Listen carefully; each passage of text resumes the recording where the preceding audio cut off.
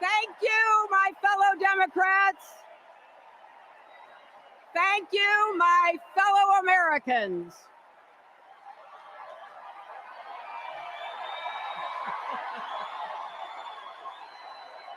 Thank you so much.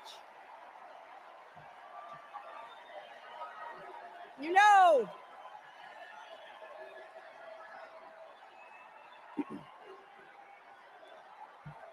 thank you all.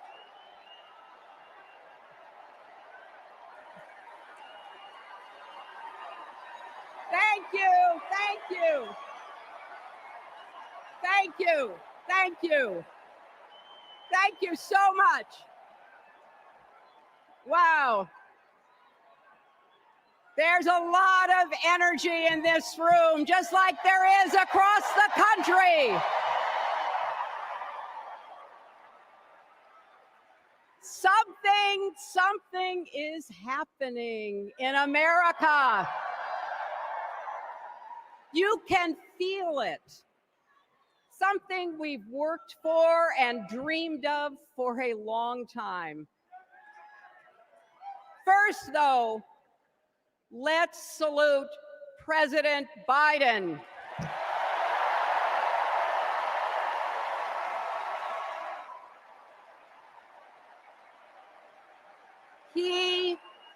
He has been democracy's champion at home and abroad. He brought dignity, decency, and competence back to the White House. And he showed what it means to be a true patriot. Thank you, Joe Biden, for your lifetime of service and leadership.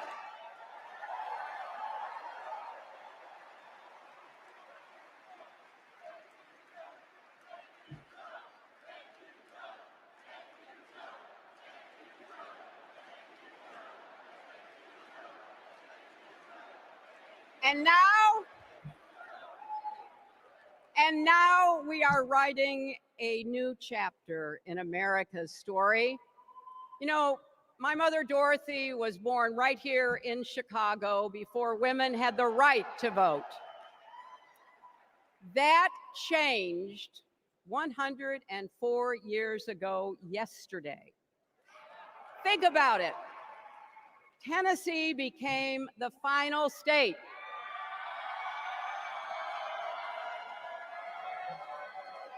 to ratify the 19th Amendment to the Constitution. The state legislature was deadlocked until one lawmaker's mother, a widow who read 3 newspapers a day, sent a letter to her son. "No more delays," she wrote. "Give us the vote." And since that day, every generation has carried the torch forward. In 1972, a fearless Black Congresswoman named Shirley Chisholm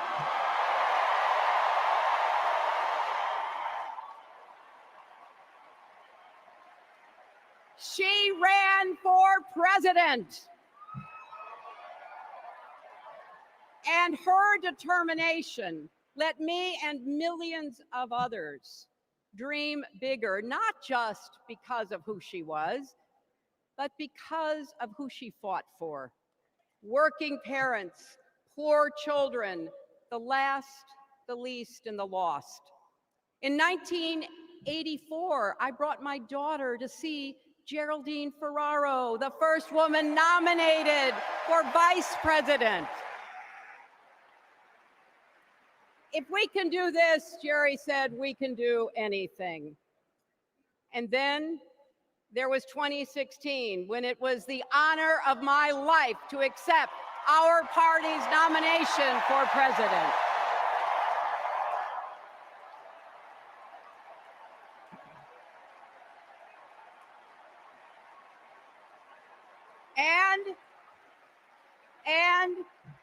Nearly 66 million Americans voted for a future where there are no ceilings on our dreams.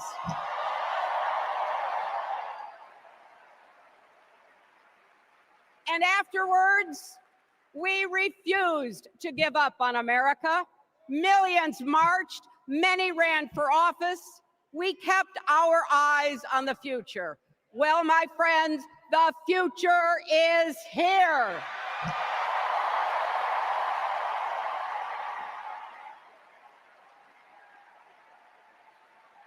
I wish my mother and Kamala's mother could see us.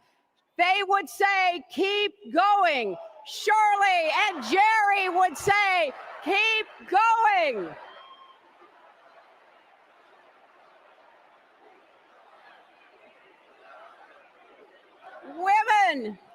Women fighting for reproductive health care are saying, keep going.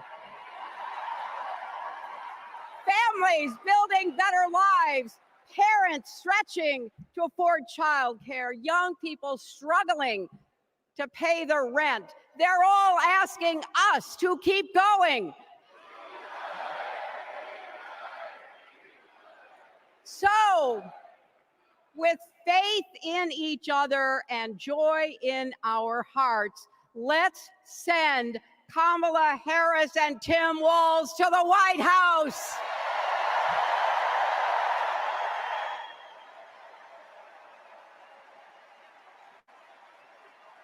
You know, the story of my life and the history of our country is that progress is possible, but not guaranteed. We have to fight for it and never, ever give up. There is always a choice. Do we push forward or pull back? Come together as we the people, or split into us versus them? That's the choice we face in this election. Kamala has the character, experience, and vision to lead us forward.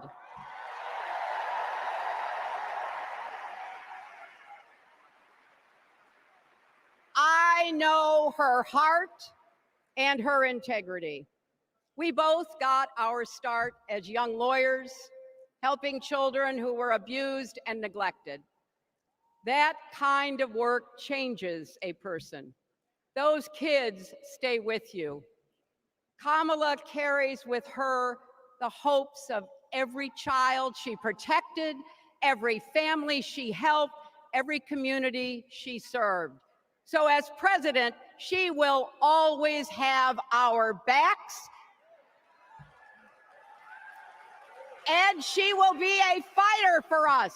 She will fight to lower costs for hardworking families, open the doors wide for good-paying jobs, and yes, she will restore abortion rights nationwide.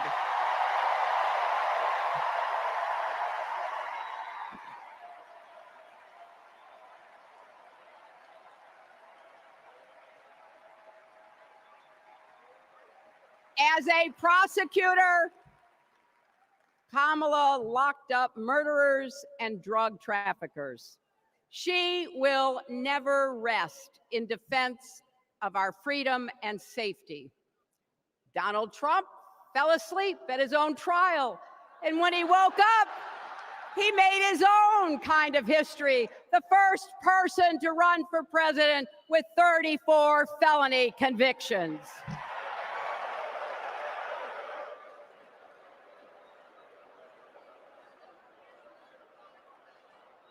As vice president, Kamala sat in the Situation Room.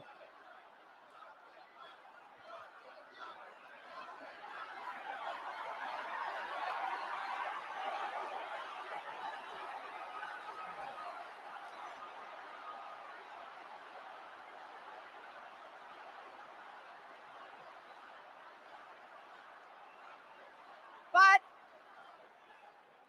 we also know, as vice president, Kamala sat in the Situation Room and stood for America's values. I know what it takes, and I can tell you, as Commander-in-Chief, Kamala won't disrespect our military and our veterans.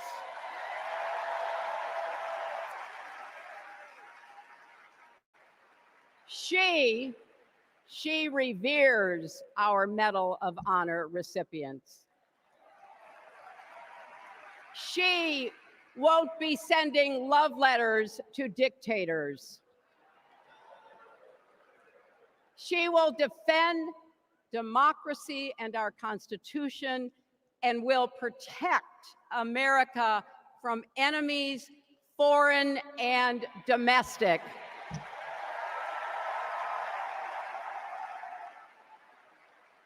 Think about it. The Constitution says the president's job is to take care that the laws be faithfully executed. Those are the words of our founders. Take care. Just look at the candidates. Kamala cares about kids and families, cares about America. Donald only cares about himself. On her first day in court, Kamala said 5 words that still guide her. Kamala Harris, for the people. That is something that Donald Trump will never understand. So it is no surprise, is it, that he is lying about Kamala's record. He's mocking her name and her laugh. Sounds familiar. But we have him on the run now.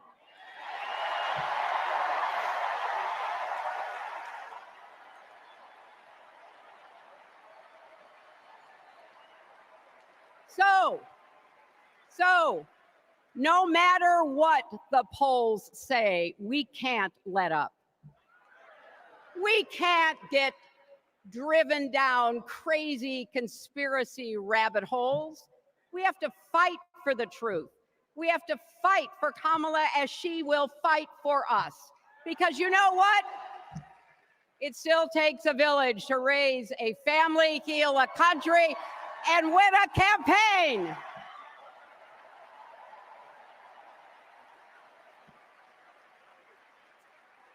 And America needs every one of us, our energy, our talents, our dreams. We're not just electing a president, we're uplifting our nation. We're opening the promise of America wide enough for everyone.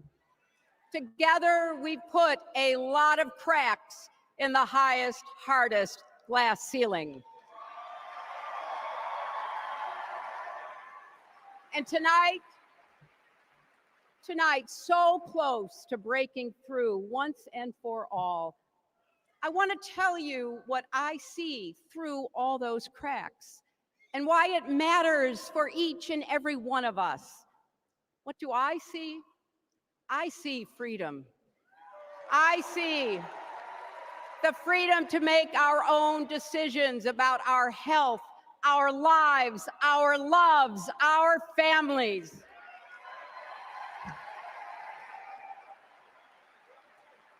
The freedom to work with dignity and prosper, to worship as we choose or not, to speak our minds freely and honestly.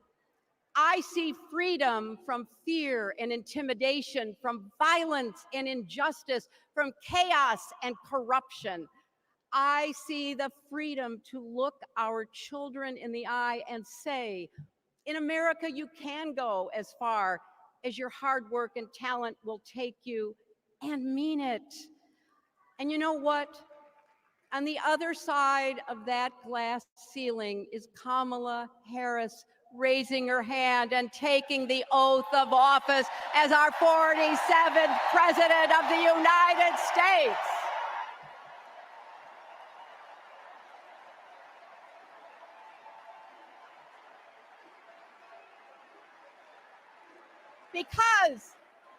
My friends, when a barrier falls for one of us, it falls. It falls and clears the way for all of us.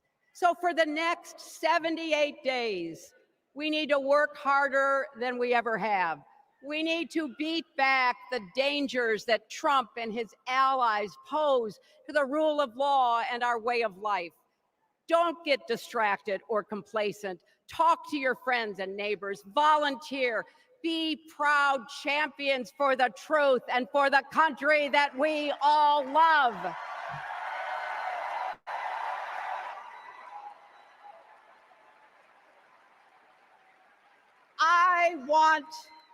I want my grandchildren and their grandchildren to know I was here at this moment, that we were here, and that we were with Kamala Harris every step of the way. This is our time, America. This is when we stand up. This is when we break through. The future is here. It's in our grasp. Let's go win it.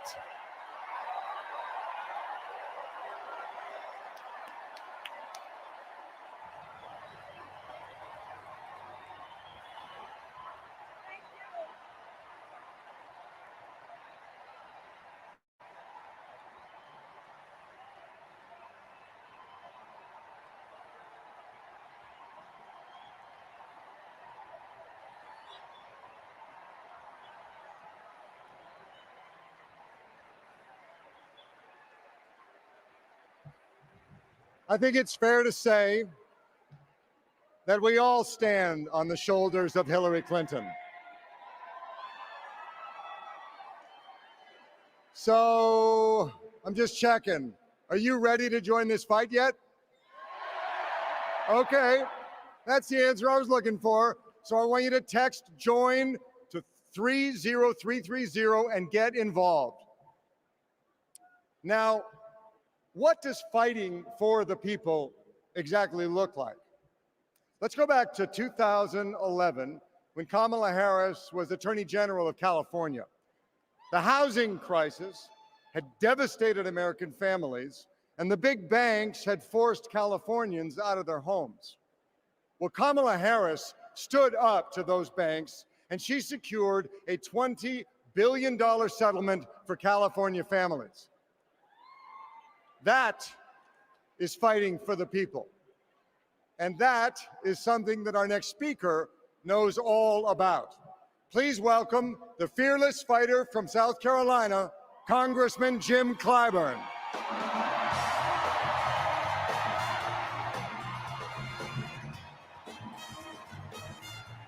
Thank you. Thank you. Thank you. Thank you. Thank you. Thank you. Thank you. Thank you. Thank you. Thank you, and good evening.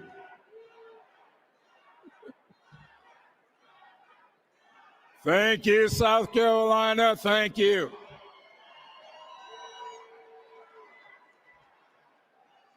Four years ago, Americans were experiencing high anxieties and great uncertainties. A deadly virus raged, schools closed, businesses shuttered. Donald Trump mismanaged the crisis from day one, looking out for himself instead of the country. The American people responded to the crisis in leadership by electing new leaders.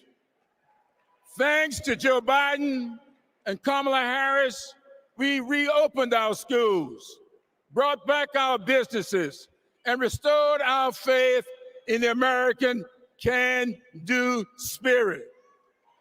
Thanks to Joe and Kamala, we reduced the price of prescription drugs, repaired roads and bridges, and replaced lead pipes. Thanks to Joe and Kamala, we are honoring our heroes in uniform and expanded benefits to over 1 million veterans. Thanks to Joe and Kamala, Make It in America is no longer just a slogan, but a movement that is bringing millions of manufacturing jobs back to America. For President Biden's lifetime of achievement in service of his country, we owe him a great debt of gratitude.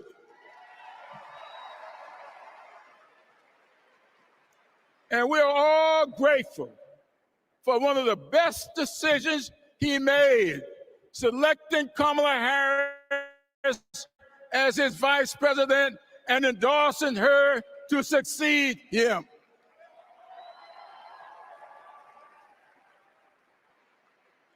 I often say that we are but the sum of our experiences. In the introduction of my memoir, I wrote, all my experiences have not been pleasant, but I consider all of them to be blessings. So has been the case with Kamala. Her experiences have prepared her for this moment. Kamala Harris is a true battle-tested leader, a district attorney, attorney general, senator, and vice president who gets things done. While Donald Trump has been bragging about how he overturned Roe, Kamala has been fiercely advocating for the respectation of reproduction freedoms. While Trump has been looking out for himself and his billionaire buddies, Kamala has been fighting to lower costs for all Americans.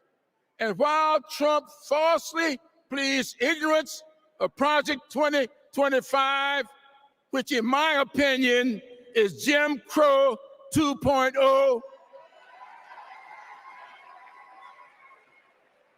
Kamala has been offering the American people enlightened proposals and visionary leadership. Having grown up in a parsonage, I often look to the good book for understanding and guidance. As 2 Corinthians informs, we are troubled on every side, yet not distressed. We are perplexed, but not in despair, persecuted, but not forsaken, cast down, but not destroyed. Our great democracy has been tested, and so has the basic goodness of the American people. But our resolve to remain a great country with freedom and justice for all will not falter. We will continue our march toward a more perfect union, united in our common purpose and emboldened by our resolve to elect Kamala Harris and Tim Walz as the next president and vice president of these United States of America. Thank you and Godspeed.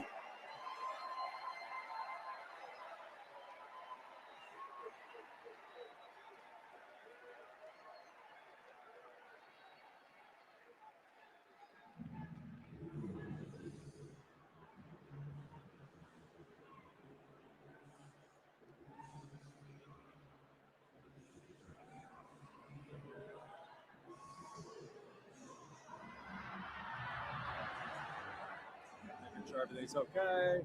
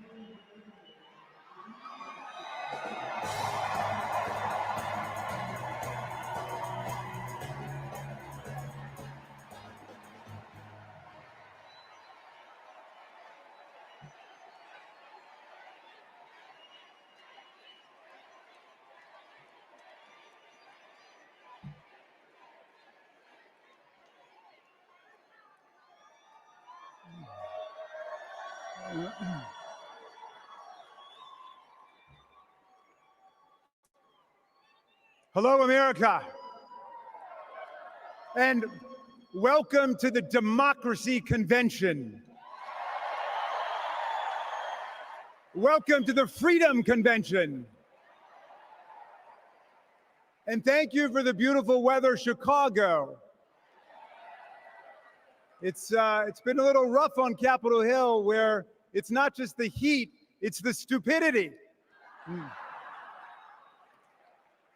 Now, we meet in this great city tonight where Abraham Lincoln was nominated in 1860 to save the Union from fanatical insurrectionists, and where Franklin D. Roosevelt was renominated by Democrats in 1940 to defeat fascist dictators. Now, we fight in our time to defend our freedom and our democracy against the banana Republicans who have converted Lincoln's party into a dangerous cult of personality.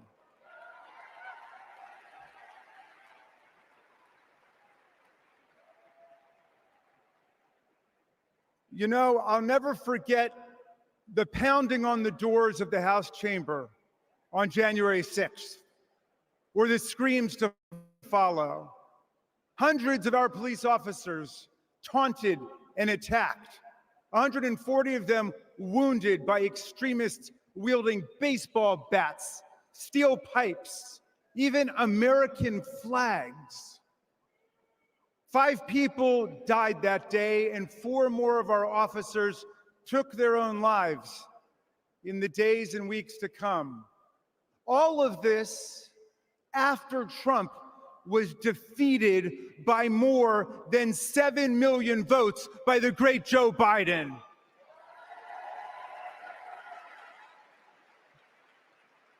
It was after 80 judges rejected every ridiculous claim raised by this sore loser who does not know how to take no for an answer from American voters, American courts, or American women.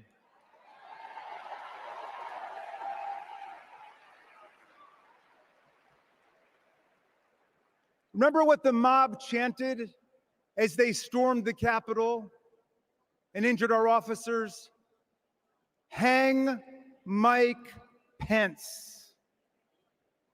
Someone should have told Donald Trump that the president's job under Article 2 of the Constitution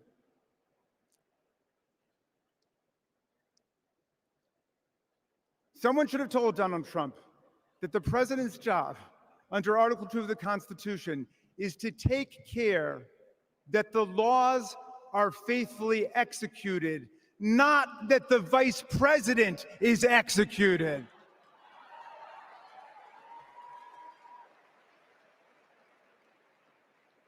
Pence has now joined more than 24 officials from Donald Trump's own administration in denouncing him, an historical record. And Pence is the first vice president in more than 2 centuries not to support the president he served with in a general election. And by the way, J.D. Vance, do you understand why there was a sudden job opening for running mate on the GOP ticket? They tried to kill your predecessor. They tried to kill him because he would not follow Trump's plan to destroy and nullify the votes of millions of Americans. Your votes, Pennsylvania. Your votes, Michigan. Your votes, Georgia, Nevada, Arizona. Are we going to go back to the days of election suppression and violent insurrection?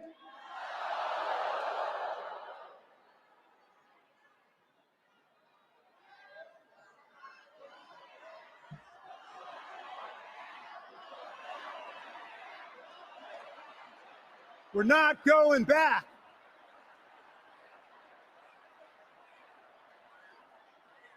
Well, look, 1 week after that beautiful day, as Trump calls it, the Republicans, 10 Republicans, joined all of the Democrats to impeach Trump for the worst high crime and misdemeanor ever committed by a president, inciting insurrection against our own Constitution. Make no mistake, a man who uses fraud, theft, and violence to take power will commit any crime to keep it. And now Trump's promising to pardon hundreds of his fellow criminal convicts and insurrectionists. He calls for, quote, the termination of all rules, regulations, and articles, even those in the Constitution. My friends, are we the people going to let Donald Trump terminate our Constitution and obliterate the blessings of liberty for our posterity? That's right. We're going to elect Kamala Harris.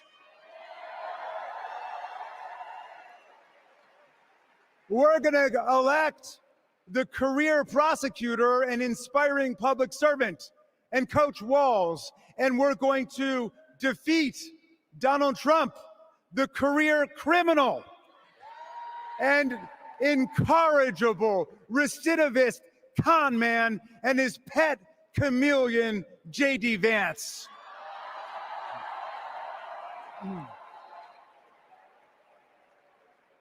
And America, let's make it a landslide so big that Donald Trump and his kangaroo court Supreme Court justices cannot even try to steal it.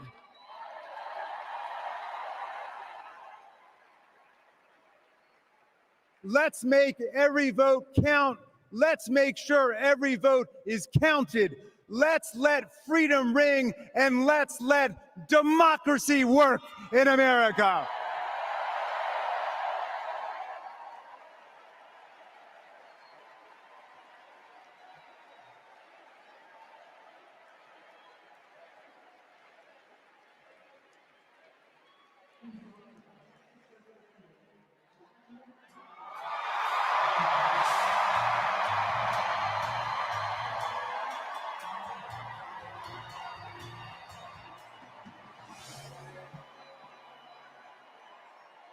Well, good evening, America.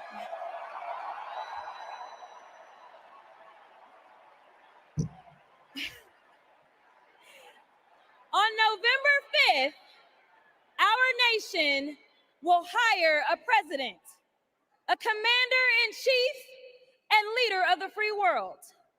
So let's compare their resumes, shall we? One candidate worked at McDonald's while she was in college at an HBCU. HU. The other was born with a silver spoon in his mouth and helped his daddy in the family business. Housing discrimination, that is. She became a career prosecutor while he became a career criminal. With 34 felonies, 2 impeachments, and 1 porn star to prove it.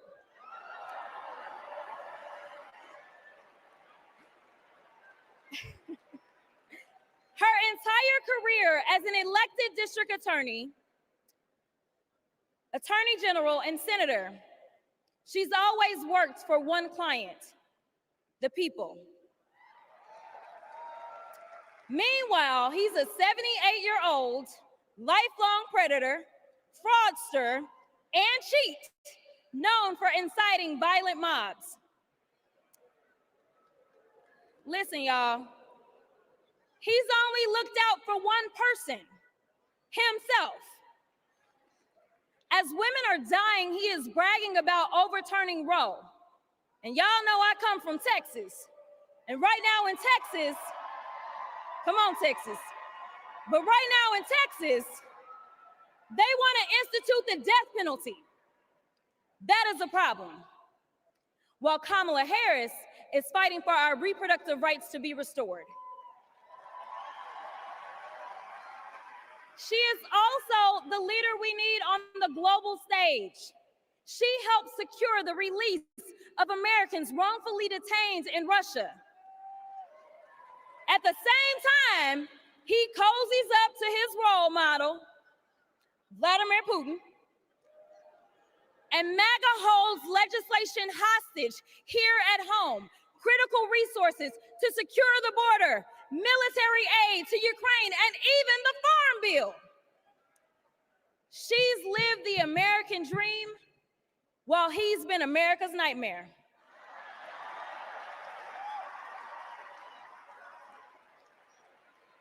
America, looking at the two choices before you, who would you hire? Donald Trump or Kamala Harris?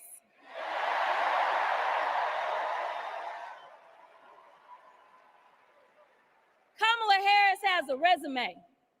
Donald Trump has a rap sheet.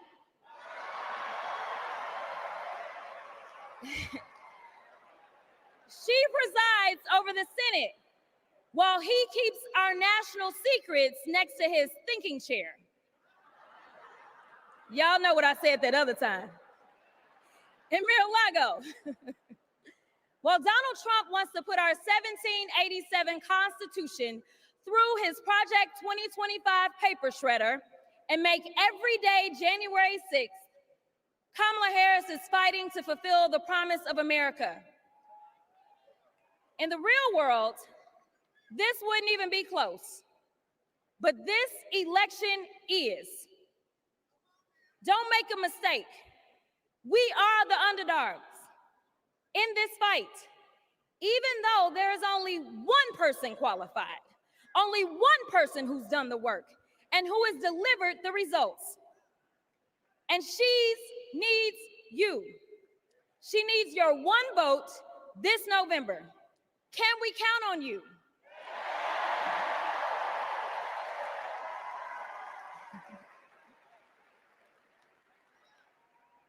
Some of you know a little bit of my history, some of you don't, so let me tell you. I was a public defender.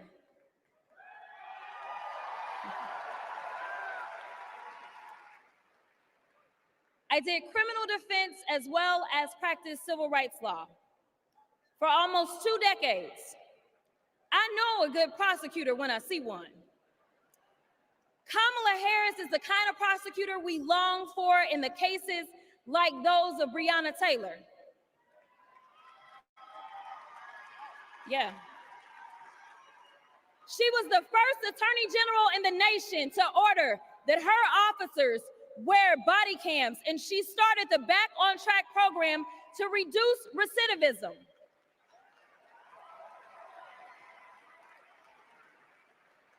Listen, y'all, she did all these things because she genuinely cares about people.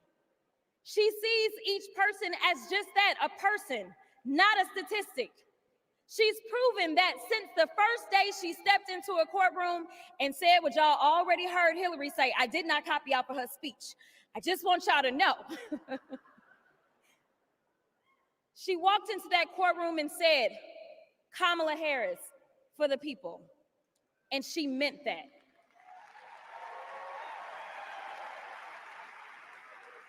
Many of you know her credentials, but what I love about Kamala Harris goes beyond her resume, is that she sees the humanity in everyone. She's the only candidate in this race who is capable of empathy. When I first got to Congress, I wasn't sure I made the right decision. The Chaos Caucus couldn't elect a speaker, and the Oversight Committee was unhinged. I was going through all of this when I visited the Vice President's residence for the first time. As I approached Vice President Harris for our official photo, she turned to me and asked, "What's wrong?" Mind you, we'd never met, but she saw right through me. She saw the distress. I immediately began crying.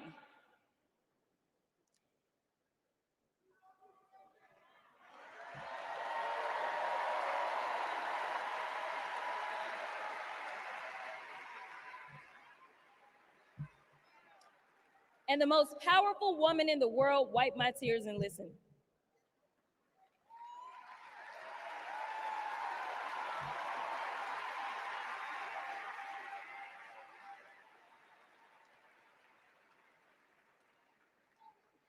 It's so hard for me to tell this story.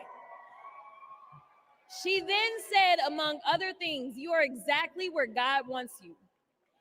Your district chose you because they believe in you, and so do I.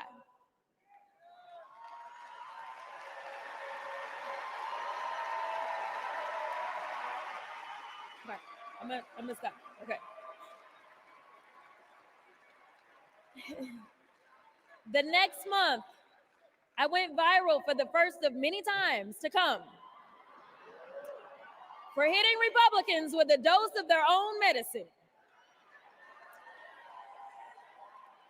That brief but impactful interaction gave me my legislative legs, and I've been running ever since.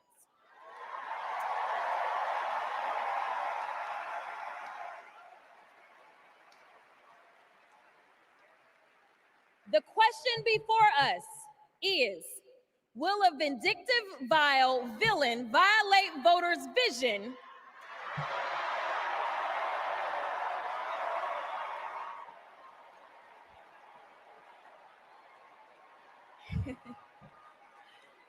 for a better America or not?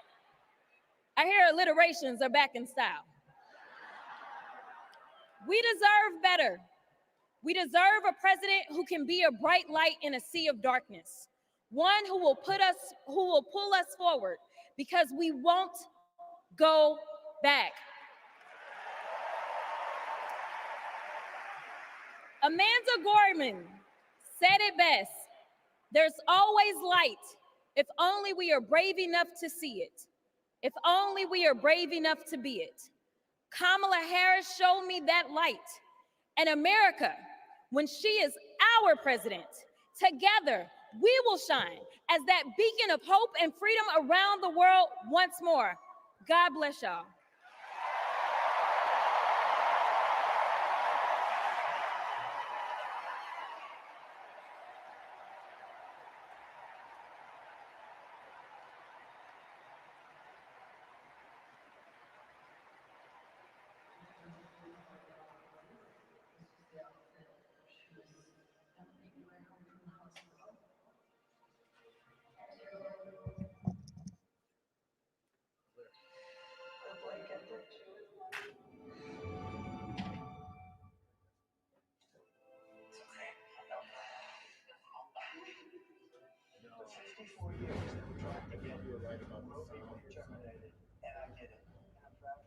It was very smooth. I think you might have been right about the sound affecting it or something. For 3 days having to wait for either my baby to die or me to die. I was stuck in this horrific hell of both wanting to hear her heartbeat and also hoping I wouldn't.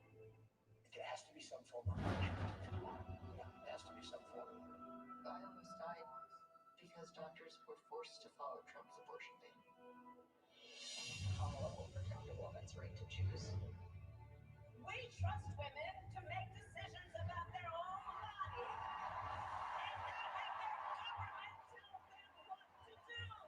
I have so much faith in her. And when Congress passes a law to restore reproductive freedoms as President of the United States, I will sign it into law. We have to fight for Kamala Harris, our rights, our freedoms, and frankly, our lives. Everything is on the line.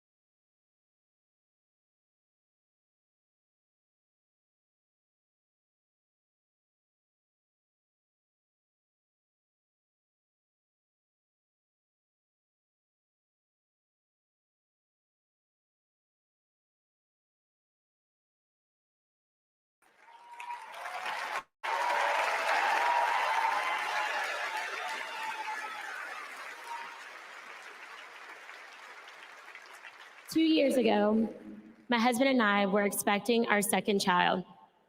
Our daughter, Lauren, couldn't wait to be a big sister. I was getting ready for her 4th birthday party when something didn't feel right. 2 emergency rooms sent me away.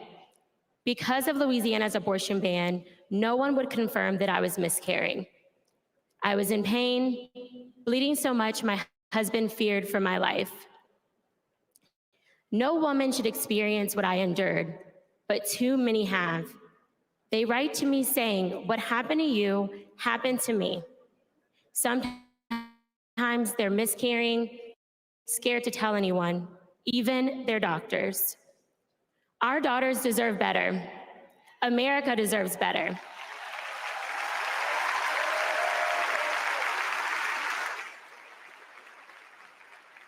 Kamala Harris and Harris-Walz will fight for reproductive rights and our freedom and our shared future.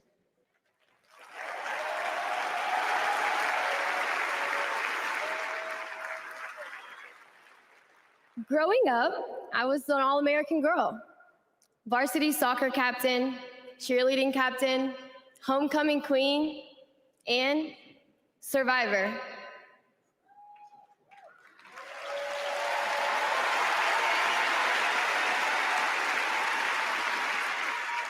I was raped by my stepfather after years of sexual abuse. At age 12, I took my first pregnancy test, and it was positive. That was the first time I was ever told, "You have options." I can't imagine not having a choice. But today, that's the reality for many women and girls across the country because of Donald Trump's abortion bans. He calls it a beautiful thing. What is so beautiful about a child having to carry her parent's child? There are other survivors out there who have no options. And I want you to know that we see you. We hear you.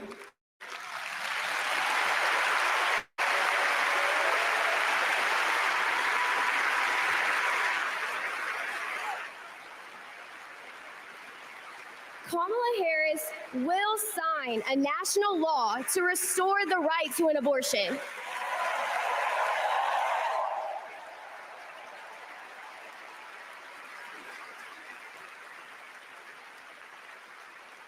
She will fight for every woman and every girl, even those who are not fighting for her.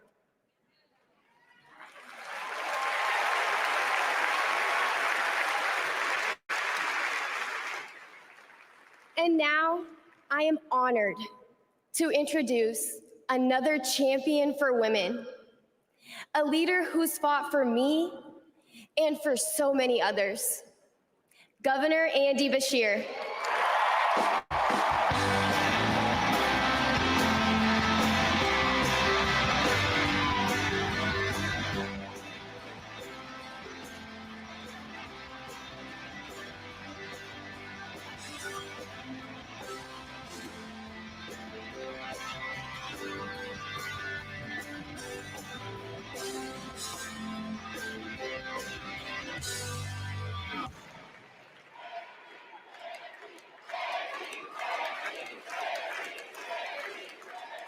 Hadley Duvall is one of the bravest people I've ever met.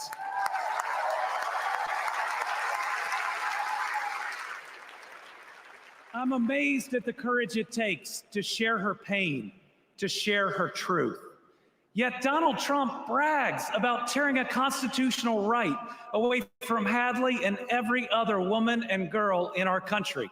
That's why we must tear away any chance he can ever be president ever again.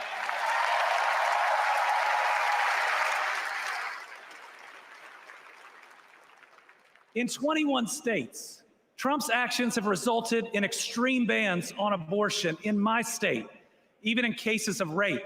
incest, and non-viable pregnancies. That leaves 12-year-old girls like Hadley with no options. That fails any test of humanity, any test of basic decency, any test of whether you have any underlying empathy. Thankfully, this extremism is being soundly rejected all over our country.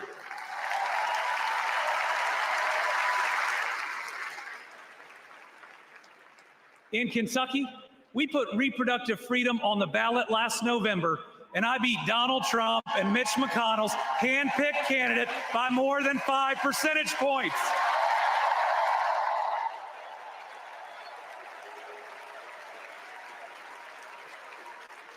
This November, we're going to beat them again. Elect Kamala Harris and Tim Walz and protect reproductive freedom. Folks, Donald Trump appointed the Supreme Court justices who got us into this mess. His Project 2025 goes even further. Here's the thing. Trump and Vance simply don't believe in your freedom. Trump says people are absolutely thrilled that women have their basic rights eliminated. J.D. Vance says women should stay in violent marriages and that pregnancies resulting from rape are simply inconvenient. Their policies give rapists more rights than their victims. That's not inconvenient, it's just plain wrong.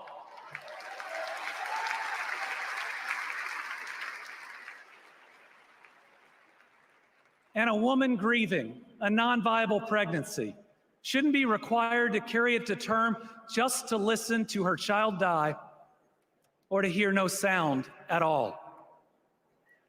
All women should have the freedom to make their own decisions. Freedom over their own bodies. Freedom about whether to pursue IVF. Freedom about whether to have children at all.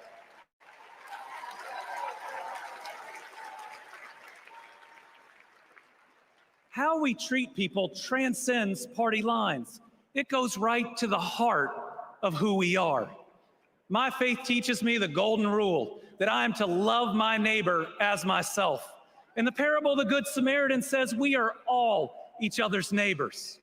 So I want anyone watching tonight, Republican, Independent, Democrat, to know that you are welcome here.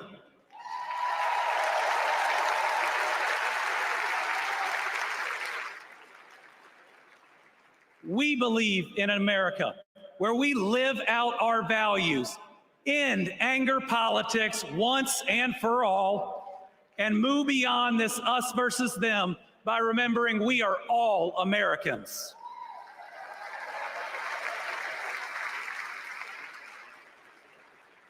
That's how Joe Biden and Kamala Harris lead. They both called to ask how they could help Kentucky in recovering from natural disasters. They helped us improve our roads, our bridges, and invested in our people. They didn't ask me who Kentuckians voted for. They asked me what Kentuckians needed, and folks, they delivered.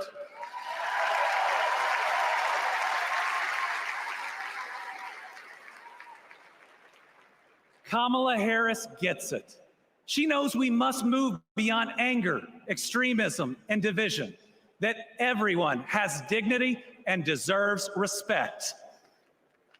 America, we're going to win.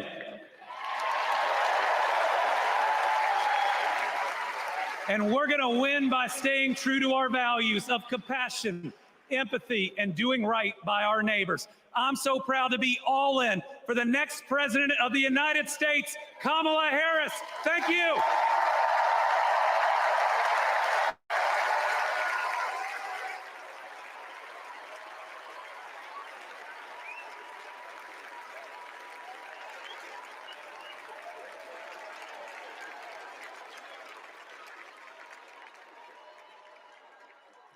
Please welcome Georgia Senator Raphael Warnock.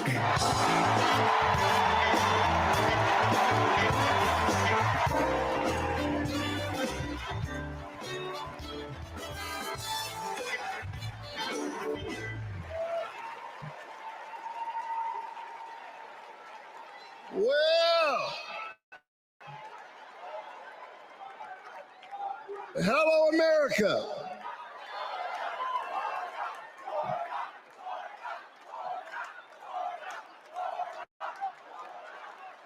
Thank you so very much. On January 5th, 2021, the people of Georgia did an amazing thing.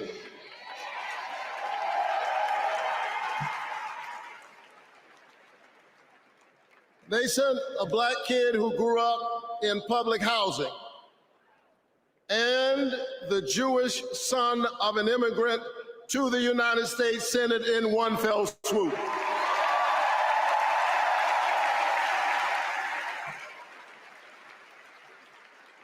And among those Georgians was my then 82-year-old mother. She grew up in Waycross, Georgia. Do you know where that is? It's Waycross, Georgia. She grew up in Waycross, Georgia, where she picked other people's cotton and other people's tobacco.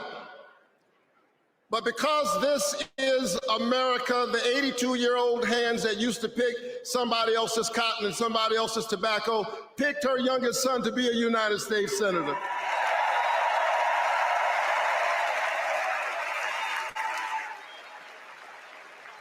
This is my America. Thank you, Mom. Thank you, Georgia. Thank you, America, for raising your voice and using your vote. A vote is a kind of prayer for the world we desire for ourselves and for our children, and our prayers are stronger when we pray together. And so together we flipped the Senate, held the House, and we sent Joe Biden and Kamala Harris to the White House. Together we vaccinated our citizens, we fortified our cities and our towns, and we stood by our small businesses. Together we set out to heal the land.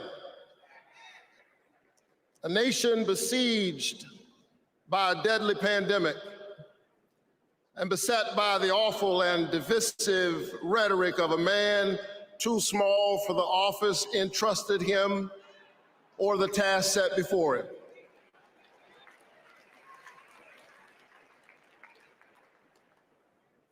The day after my January 5th election, he instigated an insurrection, a violent assault on our nation's capital and the peaceful transfer of power, all driven by the big lie. But behind the big lie was an even bigger lie. It is the lie that this increasingly diverse American electorate does not get to determine the future of the country. The lie and the logic of January 6th is a sickness. It is a kind of cancer that then metastasized into dozens of voter suppression laws all across our country. And we must be vigilant tonight because these anti-democratic forces are at work right now in Georgia and all across our country. And the question is, who will heal the land? And so here we are, America. Are you ready? Are you ready to stand up in this moral moment? Stand up for the best in the American covenant.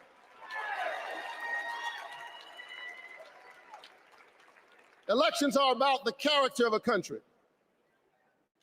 And we must decide, again, we are the latest generation of Americans who get to decide what kind of country we want to be.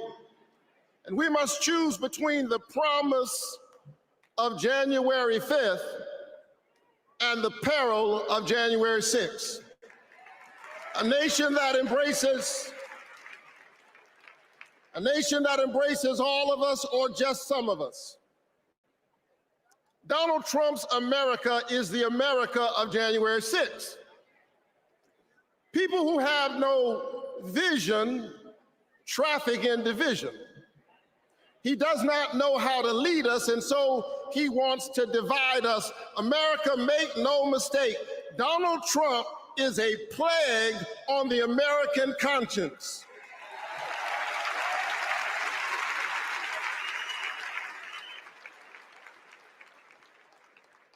He is a clear and present threat to the precious covenant we share with one another. And yes, I saw him holding the Bible and endorsing a Bible as if it needed his endorsement. He should try reading it.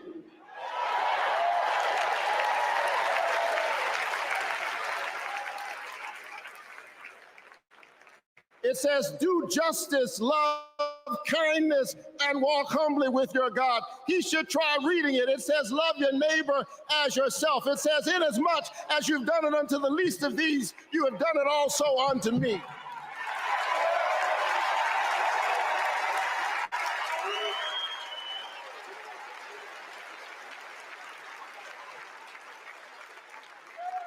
I choose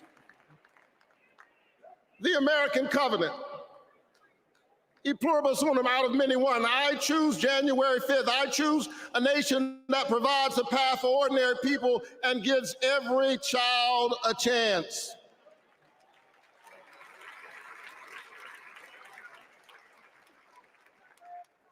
And that's Joe Biden's America. And he's been fighting for it for more than a half century. President Biden, America is so much better because of you, a true patriot who has always put the people first.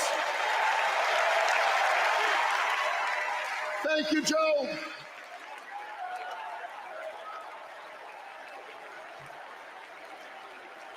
Thank you, Joe.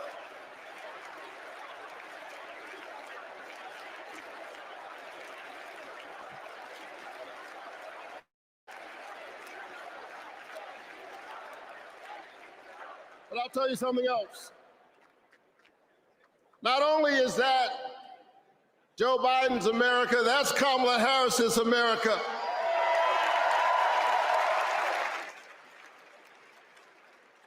She was leading with Joe Biden when we expanded the child tax credit, cutting child poverty in America nearly in half. We ought to renew it. She cast a tie-breaking vote for my bill capping the cost of insulin to no more than $35 per month for seniors. We ought to extend it to everybody. Together we passed an infrastructure bill, bolstered American manufacturing and clean energy, an investment in the house that we all share together. And I've got news for you. We are just getting started. Are you ready to win this election?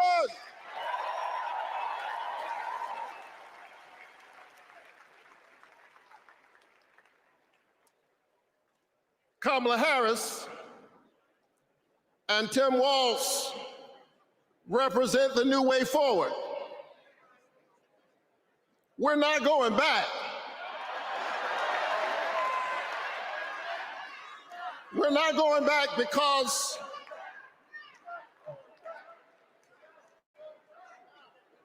we are the United States of America. We always dream about the future. And so forward on women's reproductive rights, because we believe that a patient's room is too small and cramped a space for a woman, her doctor, and the United States government. That's too many people in the room.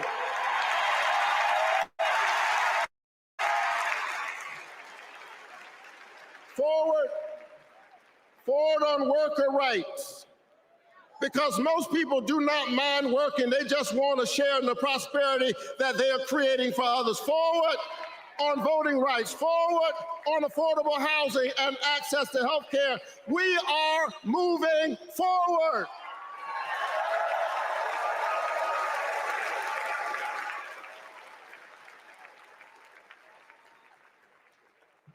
And so I'm inspired tonight. I'm inspired by all of you. I'm inspired by the resilience of an American spirit that has rebounded from the pandemic and is holding at bay the forces that are trying to divide us. And I'm inspired tonight by the memory of my late father, a preacher and a junk man. Monday through Friday, he lifted old broken cars and put them on the back of an old rig. But on Sunday morning, the man who lifted broken cars lifted broken people whom other people had discarded and told them that they were God's somebody.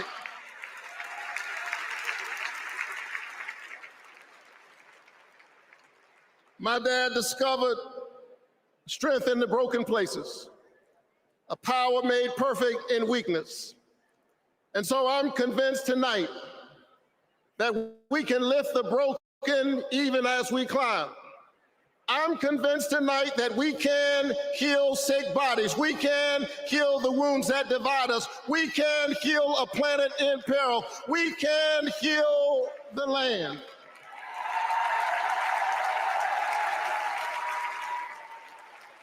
And in a strange way,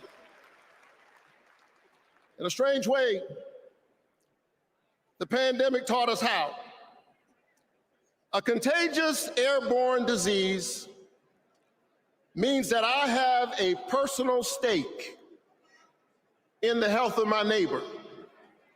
If she's sick, I may get sick also. Her health care is good for my health. I'm just trying to tell you that we are as close in our humanity as a cough.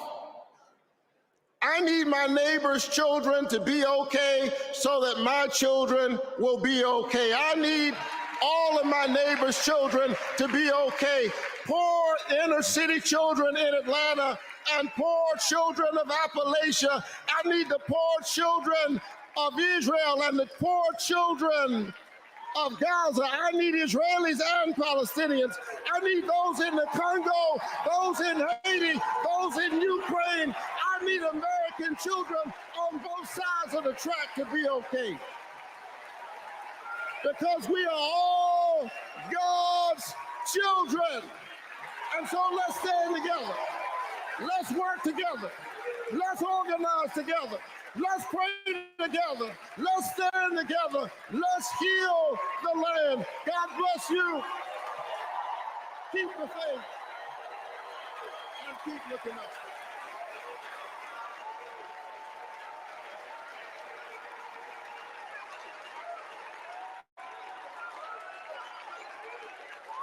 Please welcome Delaware Senator Chris Coons.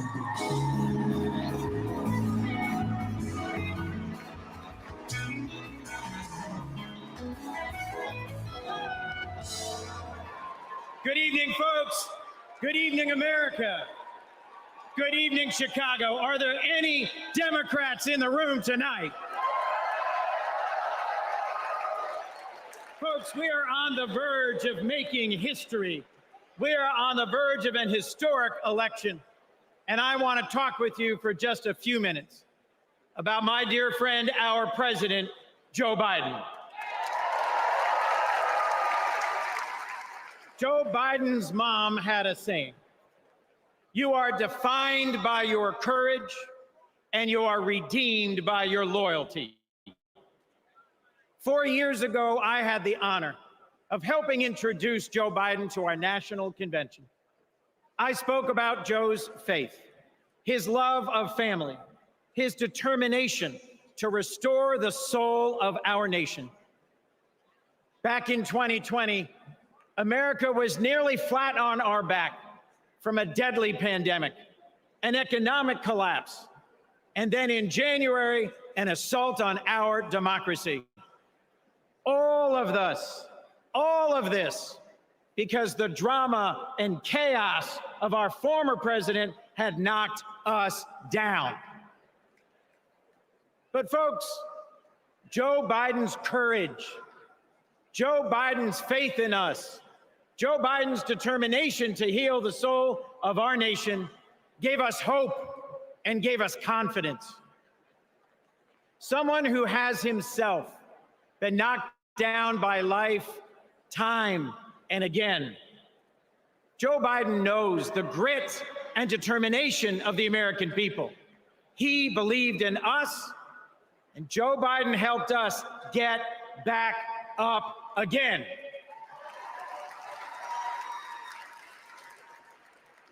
Using the incredible skills he developed in many years in the U.S. Senate, Joe got passed and signed into law the most consequential legislation of any president in 60 years, helping our veterans, advancing gun safety, cutting prescription drug prices, fighting climate change, rebuilding bridges and broadband, bringing manufacturing back to America. Together, Joe and Kamala helped rebuild our economy from the middle up, from the bottom up, and the middle out, not from the top down. And they made our families safer and our country stronger at home and abroad. Today, we are so much better off because they believed in us, in our democracy. And our incredible First Lady, Jill Biden, our incredible First Lady, Jill Biden, our incredible First Lady, Jill Biden, was at Joe's side every step of the way, fighting for education, advancing the cancer moonshot, determined to improve women's health care, honoring military families. Joe and Jill, together, you have done so much for us, and there's so much more you will do and we can do together. Mr. President, thank you. Thank you for elevating a great leader in Kamala Harris.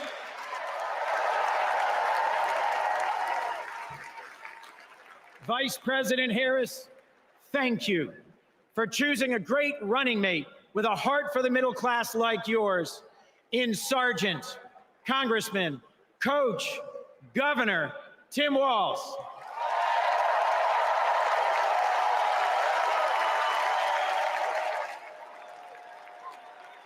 I have hope. Do you? I have hope. Do you? I have hope. Do you? And it is in no small part because of Joe Biden. I have never known a more compassionate man than Joe Biden. I have never known a man who has taken from his own loss and his own faith and delivered so much for the future of so many others. Mr. President,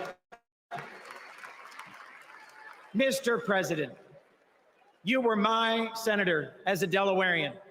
You are my president as an American, and you will always be my friend. On behalf of our nation, Joe, for your courage in fighting for our democracy, we thank you.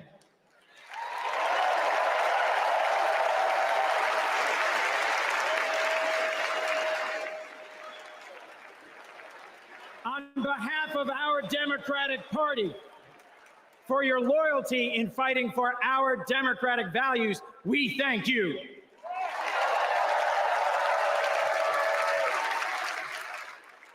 And on behalf of Delaware, thank you, Joe, and God bless you. We love you. We love Joe. We love Joe. We love Joe. We love Joe.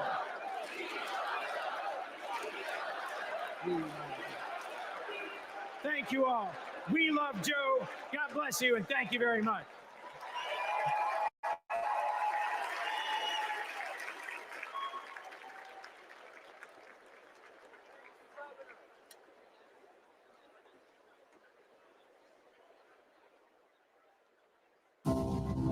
Hi, I'm Vivian Weirwell, and I'm a 4th grade student at Kristen McAuliffe. I've been bouncing around all week excited for this moment, and last night I could barely sleep. I remember the day that we heard that President Biden had won, and the whole neighborhood started celebrating. So when I heard you were coming, I really wanted to meet you. I adore you because you embrace change from my generation and the ones to come. I look up to you.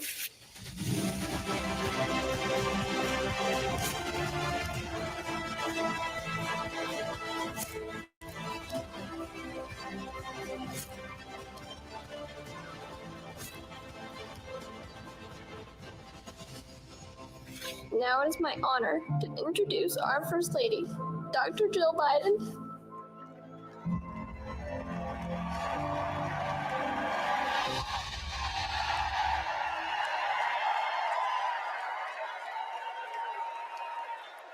Please welcome First Lady of the United States, Jill Biden.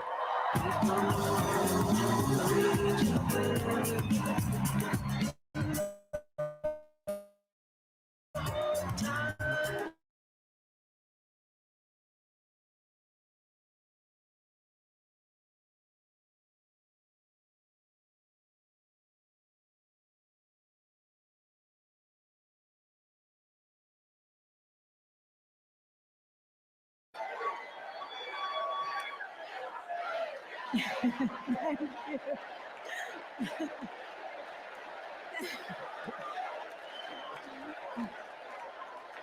Thank you. Thank you so much. Love you too. Joe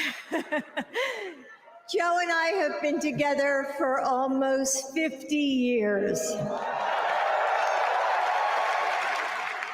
And still, there are moments when I fall in love with him all over again. Like when I handed him our baby Ashley for the first time and saw the smile that lit up his face. Or on nights after an exhausting day working in the Senate, when he would read one more bedtime story just because the kids asked. When he stops on a rope line because he sees someone grieving who needs to know that everything is going to be all right one day.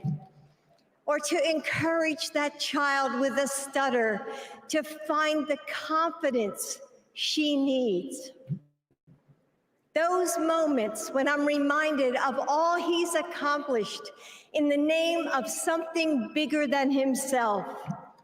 Receiving the Medal of Freedom with humility.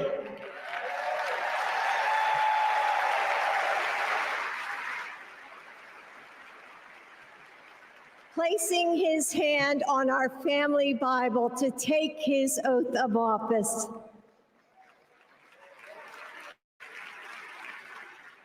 And weeks ago, when I saw him dig deep into his soul and decide to no longer seek re-election and endorse Kamala Harris.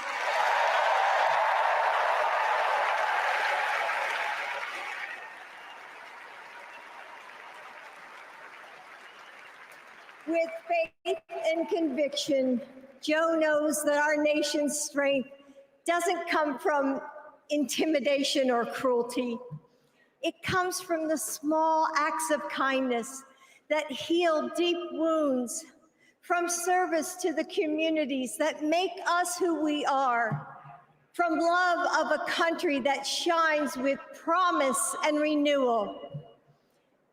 Kamala Harris knows that too.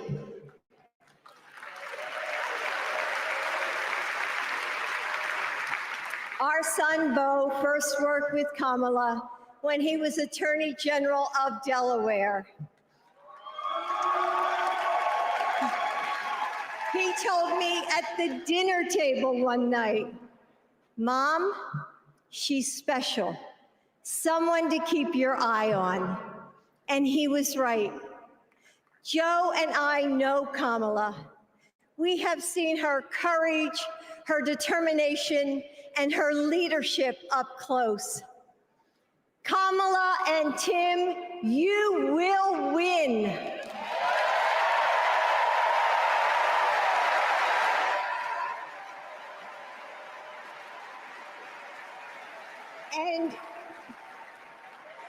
And you are inspiring a new generation. We are all a part of something bigger than ourselves, and we are stronger than we know. The future of our country is in the hands of those in this room and all of you watching at home. It's going to take all of us, and we can't afford to lose. With faith in each other, hope for a brighter future, and love for our country, we will fight and we will win together. Thank you. Thank you.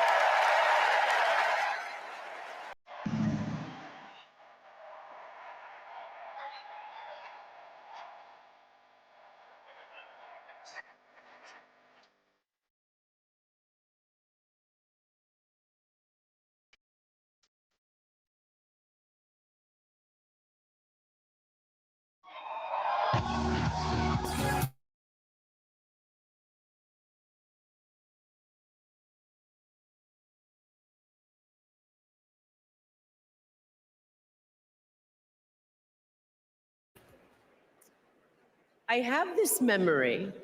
It's the eve of my 8th birthday. Dad is still in DC, tending to urgent matters in the Senate. That night, as a surprise, Mom told me, Bo, and Hunter to get in the car.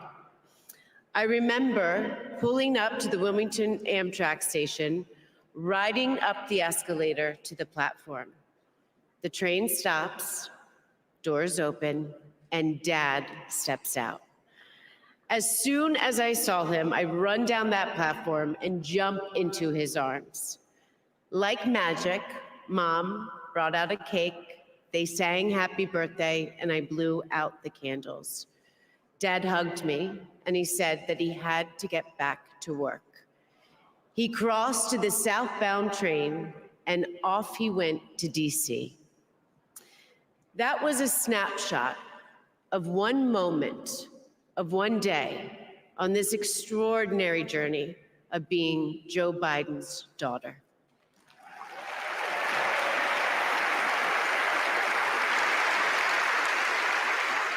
Joe Biden is the OG girl dad. He told me I could be anything and I could do anything. As a child, I would sit on the leather chair in his office doing my homework, and he would sit next to me doing his work, drafting the Violence Against Women Act.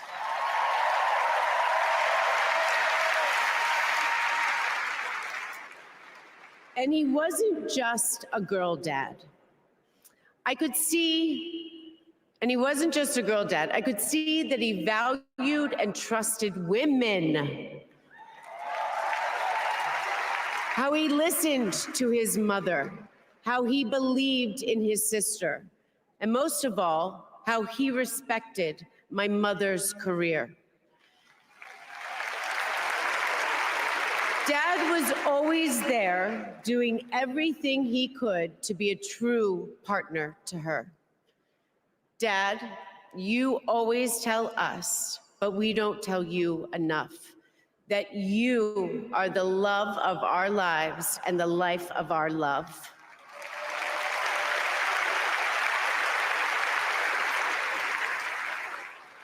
I had my wedding reception in my parents' backyard.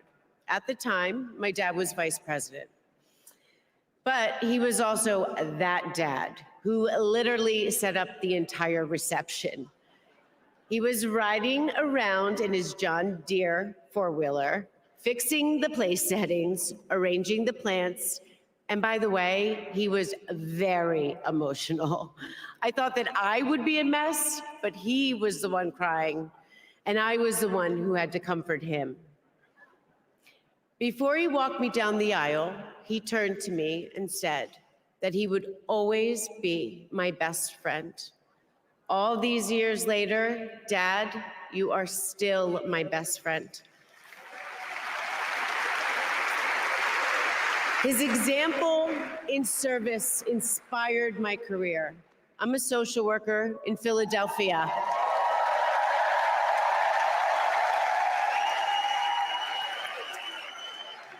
I support formerly incarcerated women as they heal from past trauma and they reclaim their lives.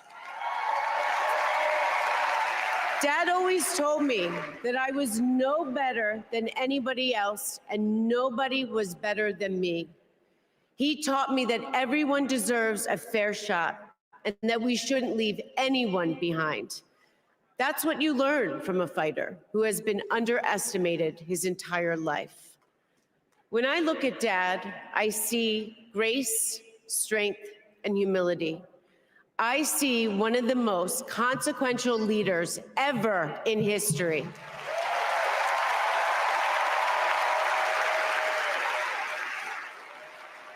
And I also know that he never stops thinking about you, about your dreams, about your dignity, about your opportunities, about your family.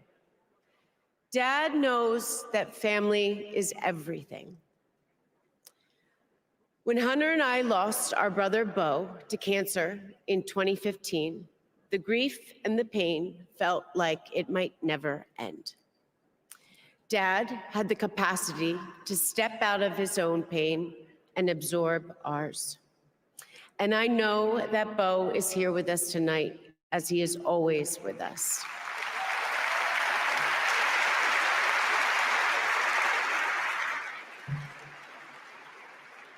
After Bo passed, I got this tattoo on my wrist. It says, "Courage, dear heart." A reminder to myself to keep going, to get back up, like my dad has always done. He has taught me that a courageous heart is a miraculous thing. A courageous heart can heal a family. A courageous heart can heal a nation, and maybe even the world. And now, this election requires the courageous hearts of all of us. In 2020, my dad selected Kamala Harris to beat Donald Trump. And he knows in 2024, she will beat Donald Trump again.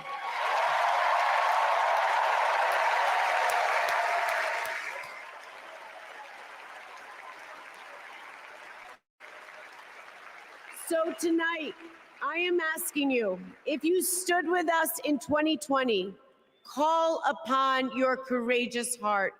Stand with us today. Work harder than you have ever worked before in your life.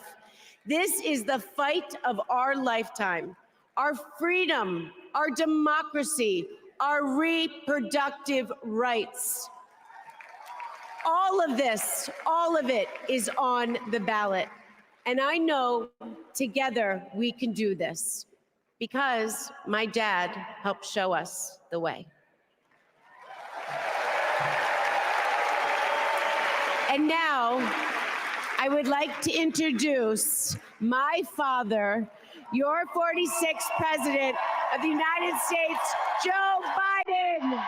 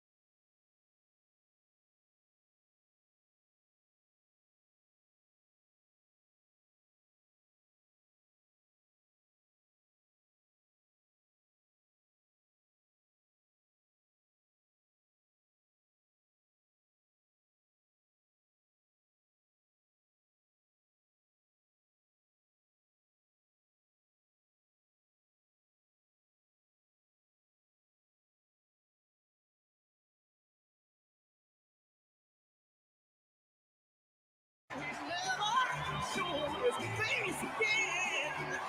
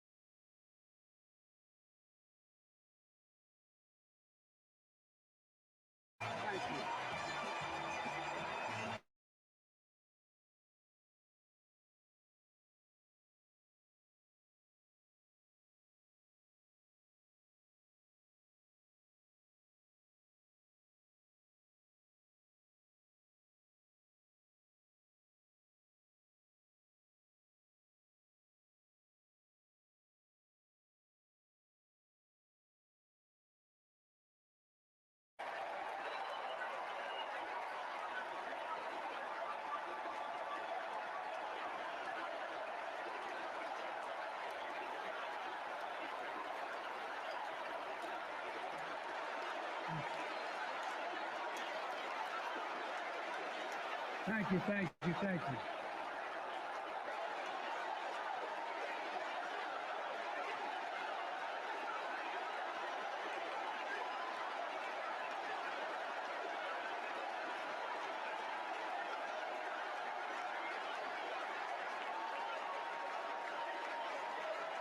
Thank you, thank you, thank you.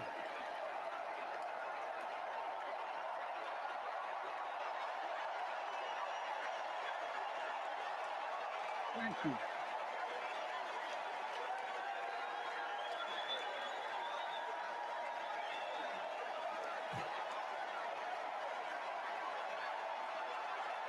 Thank you.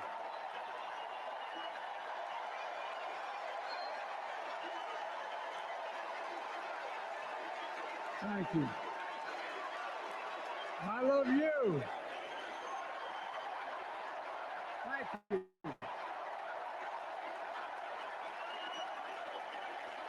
Thank you, thank you, thank you.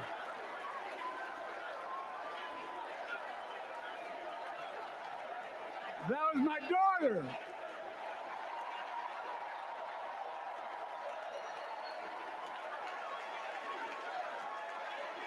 Thank you.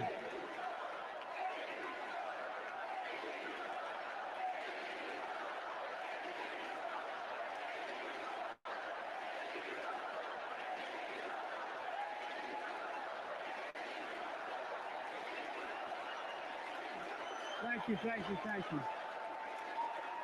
Thank you. Thank you for so.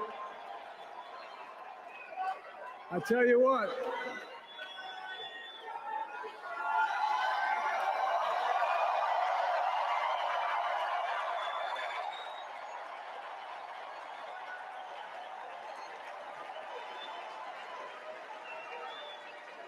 To my dearest daughter, Ashley, God love you, you're incredible.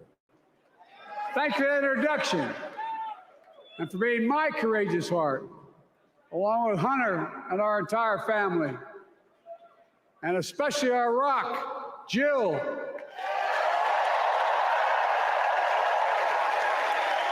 Who, as those of you who know us, she still leaves me both breathless and speechless. Everybody knows her. I love her more than she loves me. She walks down the stairs and I still get that going boom, boom, boom. You all will know me. No, I'm not kidding. Let's give a special round of applause to our First Lady, Jill Biden.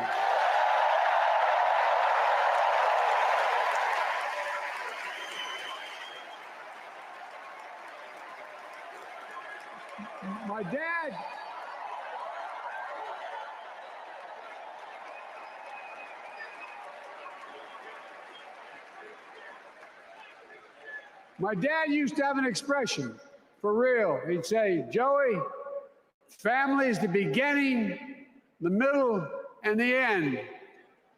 And I love you all. Folks. And America, I love you.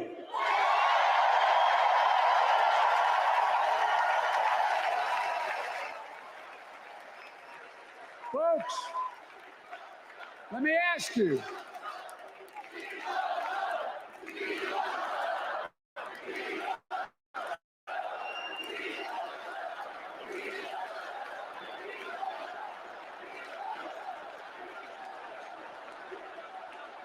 Let me ask you, are you ready to vote for freedom?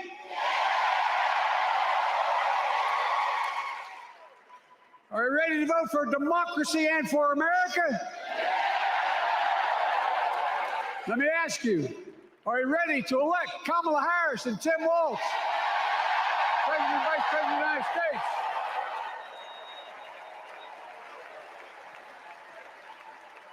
My fellow Democrats, my fellow Americans, nearly 4 years ago, in winter, on the steps of the Capitol, on a cold January day, I raised my right hand and I swore an oath to you and to God to preserve, protect, and defend the Constitution and to faithfully execute the office of the President of the United States.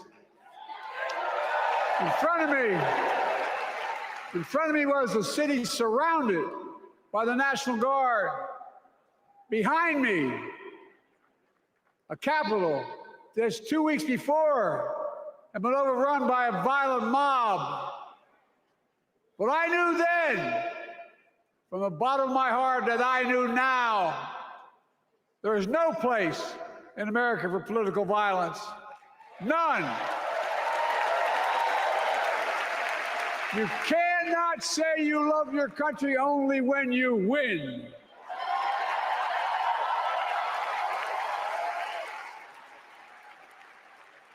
In that moment, I wasn't looking to the past. I was looking to the future. I spoke of the work at hand, the moment we had to meet. It was, as I told you then, a winter of peril and possibility. Of peril and possibility. We're in the grip of a once-in-a-century pandemic, historic joblessness, a call for racial justice long overdue, clear and present threats to our very democracy. Thank you.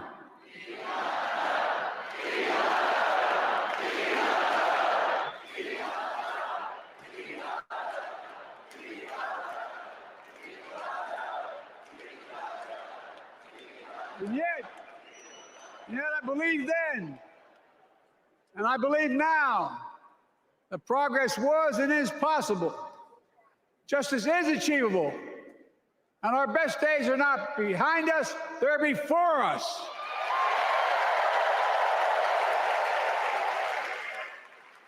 Now it's summer, the winter is past, and with a grateful heart, I stand before you now on this August night to report that democracy has prevailed.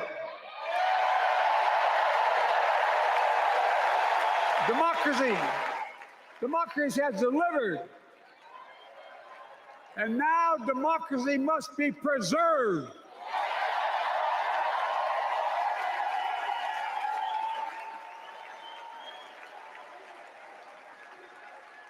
You've heard me say it before. We're facing an inflection point, one of those rare moments in history when the decisions we make now will determine the fate of our nation and the world for decades to come. That's not hyperbole, I mean it literally. We're in a battle for the very soul of America. I ran for president in 2020 because of what I saw in Charlottesville in August of 2017. Extremists coming out of the woods, carrying torches, their veins bulging from their necks, carrying Nazi swastikas, and chanting the same exact anti-Semitic bile that was heard in Germany in the early 30s. Neo-Nazis, white supremacists, the Ku Klux Klan, so emboldened by a president then in the White House that they saw as an ally. They didn't even bother to wear their hoods. Hate was on the march in America. Old ghosts and new garments, stirring up the oldest divisions, stoking the oldest fears, giving oxygen to the oldest forces that they long sought to tear apart America. In the process, a young woman was killed.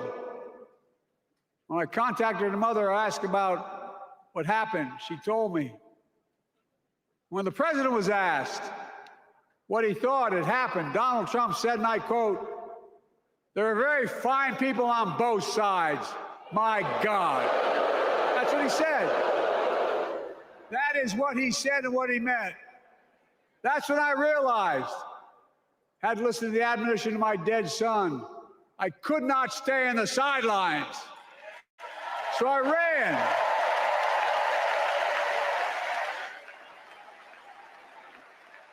Because I had no intention of running again. I just lost part of my soul. But I ran with a deep conviction. In America, I know and believe in an America where honesty, dignity, decency still matter. An America where everyone has a fair shot and hate has no safe harbor.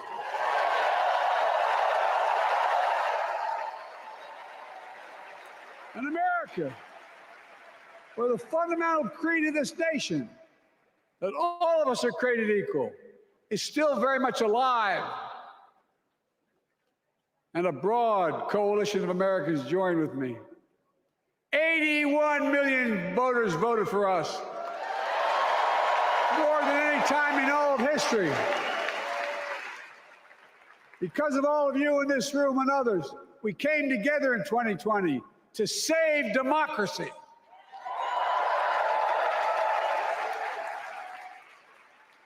As your president, I've been determined to keep America moving forward, not going back, to stand against hate and violence in all its forms, to be a nation where we not only live with but thrive on diversity, demonizing no one, leaving no one behind, and becoming a nation that we profess to be.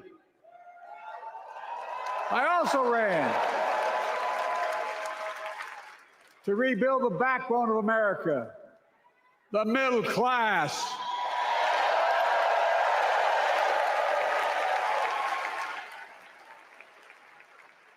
I made a commitment to you that I be a president for all Americans, whether you voted for me or not. We have done that. Studies show the major bills we have passed actually delivered more to red states than blue, because the job of the president is to deliver to all of America.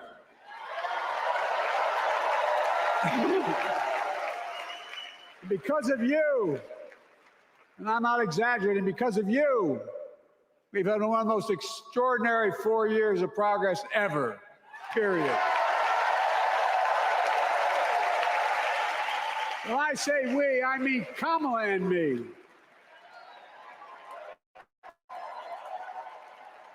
Just think about it. COVID no longer controls our lives.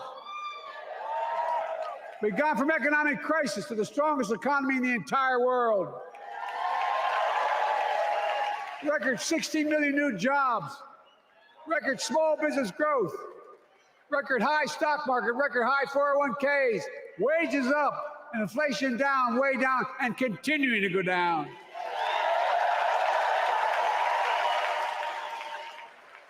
The smallest racial wealth gap in 20 years.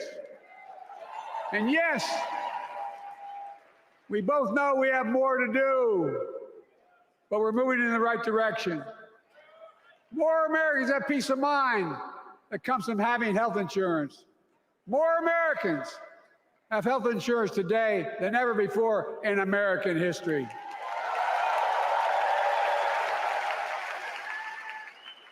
And after, as a young senator beginning to fight for 50 years to give Medicare the power to negotiate low prescription drug prices, we finally beat Big Pharma.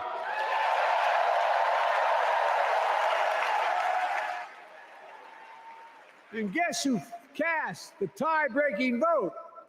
Vice President, soon-to-be President Kamala Harris.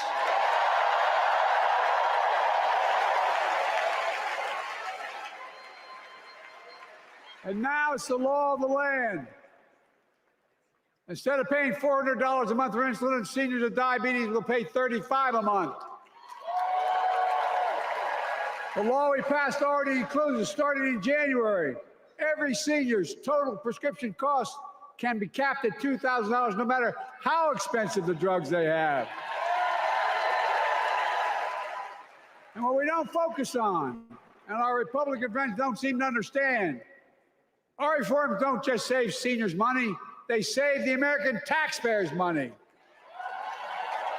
You know what we just passed saved? It saved $160 billion over the next decade. That's not hyperbole. It's because Medicare no longer has to pay those exorbitant prices to the big pharma. But look, oh, thank you, Kamala, too. Look, folks, how can we have the strongest economy in the world without the best infrastructure in the world? Donald Trump promised Infrastructure Week every week for 4 years, and he never built a damn thing.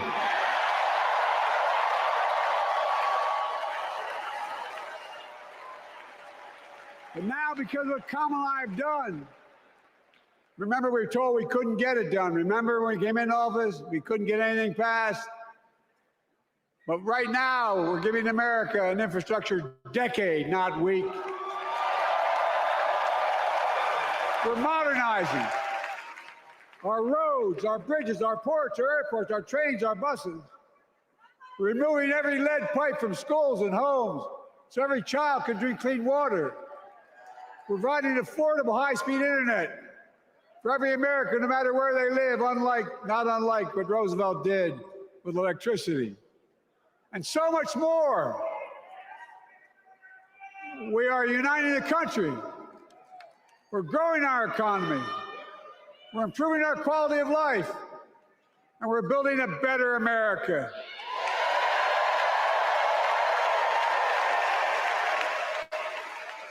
Because that's who we are. How can we be the strongest nation in the world without leading the world in science and technology? After years of importing 90% of our semiconductor chips from abroad, which America invented those chips, our Chips and Science Act meant that private companies from around the world are now investing literally tens of billions of dollars to build new chip factories right here in America.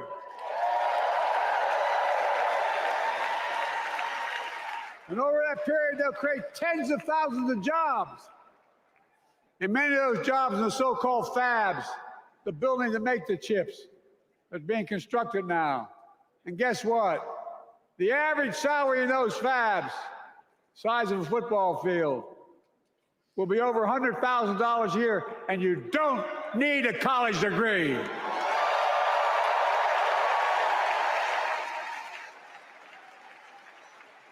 Because of you and so many electeds out there, American manufacturing is back. Where the hell does it say we wouldn't lead the world in manufacturing? 800,000 new manufacturing jobs.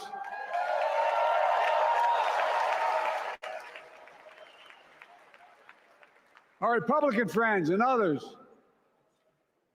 made sure they'd go abroad to get the cheapest labor. We used to import products and export jobs. Now we export American products and create American jobs right here in America, where jobs belong. With every new job, With every new factory, pride and hope is being brought back to communities throughout the country that were left behind. You know you're from them, many of you. You know what it's like when that factory closed, where your mother, your father, your grandmother, grandfather worked. And now you're back, providing once again, proving that Wall Street didn't build America, the middle class built America, and unions built the middle class.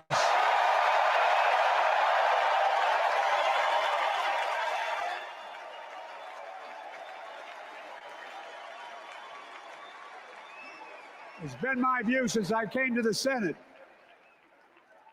That's why I'm proud to have been the first president to walk a picket line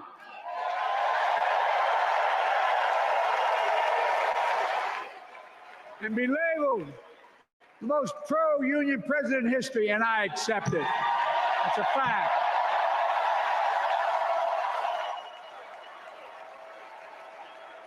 Because when unions do well, we all do well.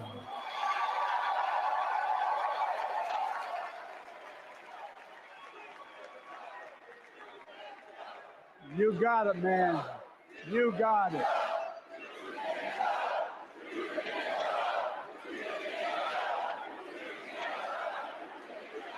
I agree. I'm proud. Look, remember we told we couldn't get anything done because we couldn't get anything done in the Congress? Well, with your support, we passed the most significant climate law in the history of mankind.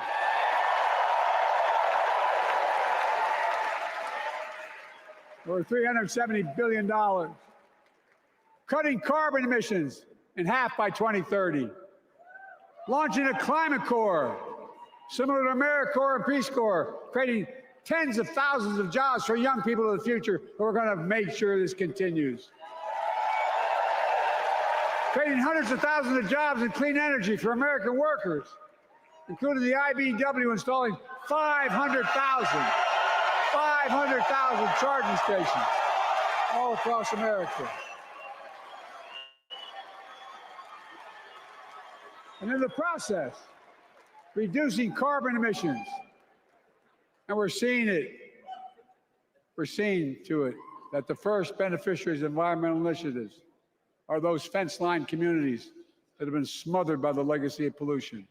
Louisiana and Delaware, Route 9,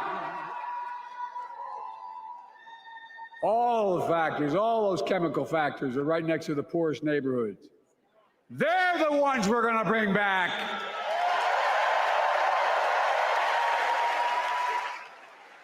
And how? How can we be the greatest nation in the world without the best education system in the world?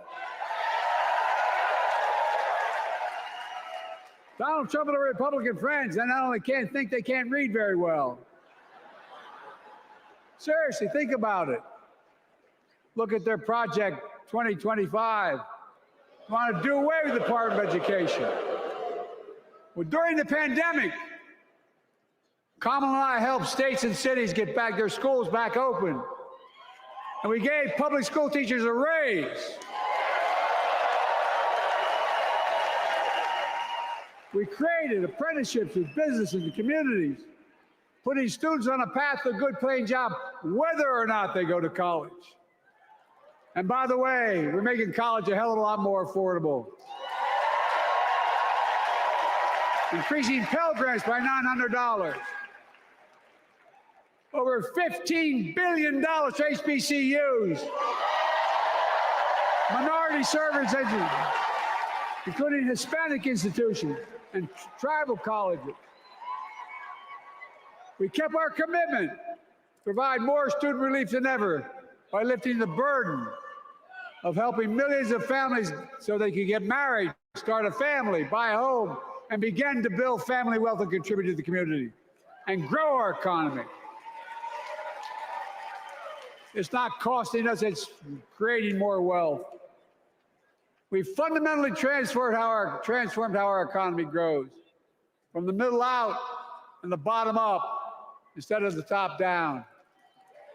You know, my dad used to say there wasn't a whole hell of a lot to drop down on my kitchen table. at the end of the month.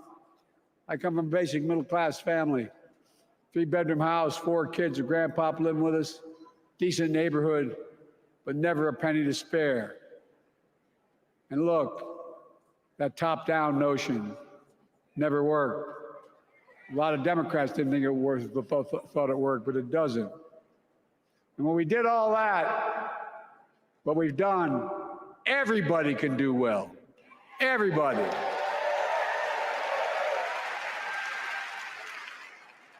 Donald Trump calls America a failing nation. No, I'm serious. But think about this. Think about this. He publicly says to the whole world, I'm going to say something outrageous. I know more foreign leaders by their first names and know them well than anybody alive. Just because I'm so damn old. But I'm not joking. Think of the message he sends around the world when he talks about America being a failing nation. He says we're losing. He's the loser. He's dead wrong.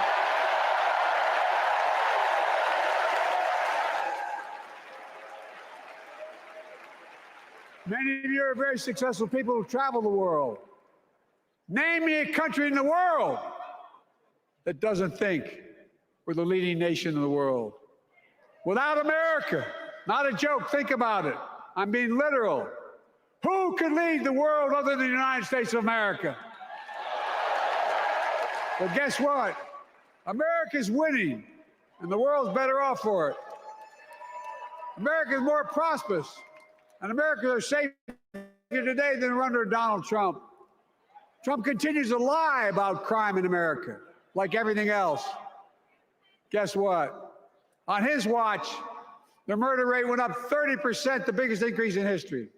Meanwhile, we made the largest investment, Kamala and I, in public safety ever. Now, the murder rate is falling faster than any time in history. Violent crime has dropped to the lowest level in more than 50 years. And crime will keep coming down when we put a prosecutor in the Oval Office instead of a convicted felon.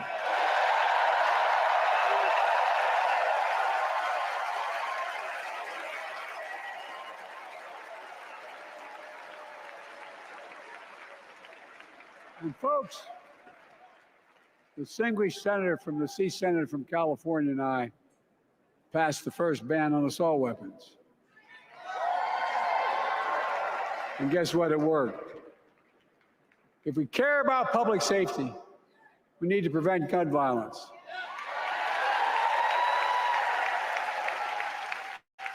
And what makes me ashamed when I travel the world, which I do, more children in America are killed by a gunshot than any other cause in the United States. More die from a bullet than cancer, accidents, or anything else in the United States of America. My God. That's why Kamala and I are proud.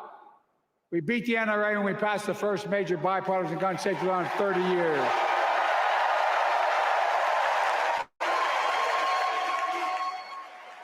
I'm serious. That comes from here. And now it's time to ban assault weapons again.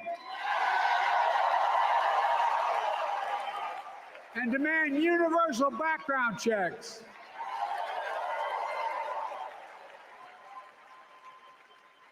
It's hard.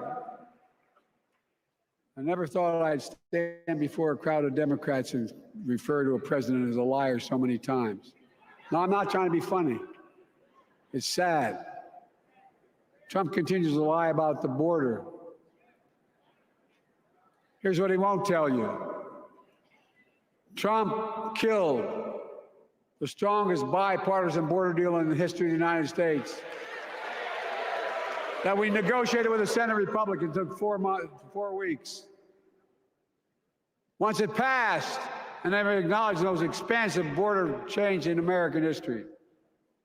He called senators to say, don't support the bipartisan bill, because he said it would help me politically and hurt him politically. My God. No, I'm serious. Think about it. Not a joke. Ask even the press who doesn't like me. They'll tell you that's true.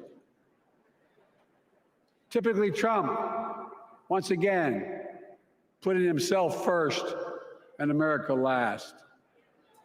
Then I had to take executive action. The result of the executive action I took, border encounters have dropped over 50%. In fact, there are fewer border crossings today than when Donald Trump left office. And unlike Trump, we will not demonize immigrants, saying they're the poison of blood of America, poison the blood of our country. Kamala and I are committed to strengthening legal immigration, including protecting dreamers and more.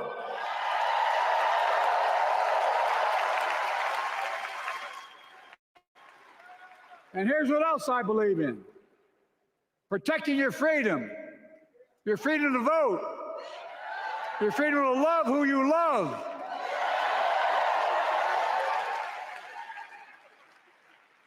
and your freedom to choose. Its decision overturning Roe v. Wade that you heard earlier tonight, the United States Supreme Court majority wrote the following, quote, "Women are not without electoral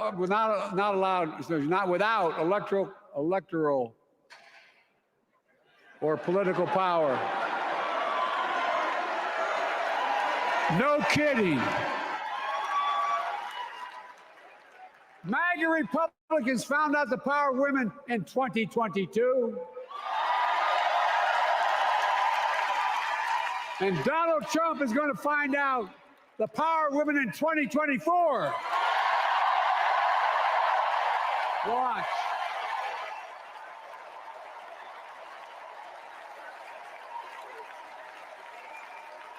And where Trump and his MAGA Republican right-wingers seek to erase history, we Democrats continue to write history and make more history. I'm proud to have kept my commitment to appoint the first Black woman in the United States Supreme Court.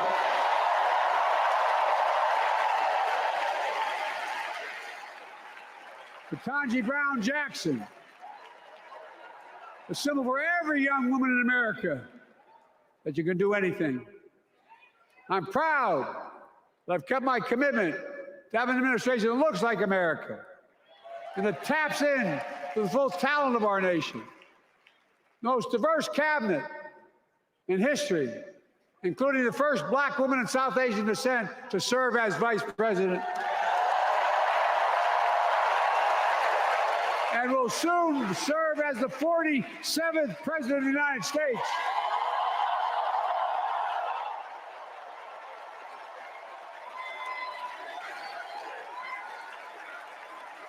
She is good. Look. Thank you, Kamala.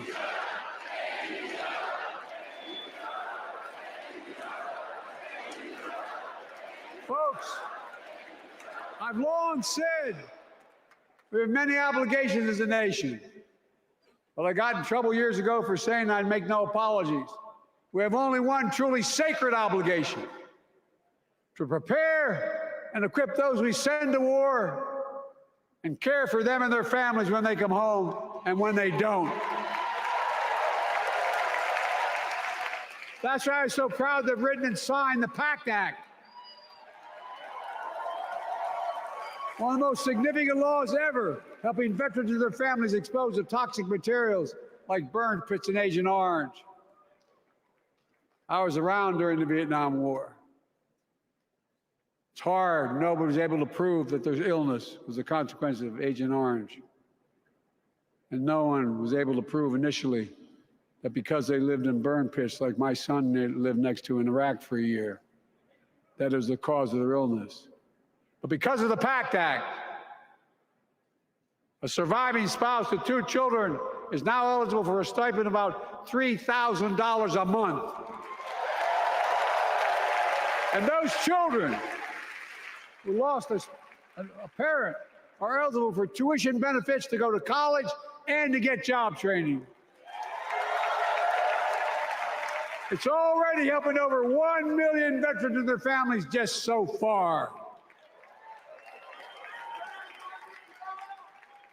Well, I love them, and I'm so proud of my son's service. We get it. But guess who doesn't get it and doesn't respect our veterans? We know from his own chief of staff, the 4-star General John Kelly, that Trump, when in Europe, would not go to the grave sites in France. The brave service members who gave their lives to this country. He called them suckers and losers. Who in the hell does he think he is? Who does he think he is? There's no words for a person. They're not the words of a person not worthy of being commander-in-chief, period. Not then, not now, and not ever. I mean that. I mean that from the bottom of my heart.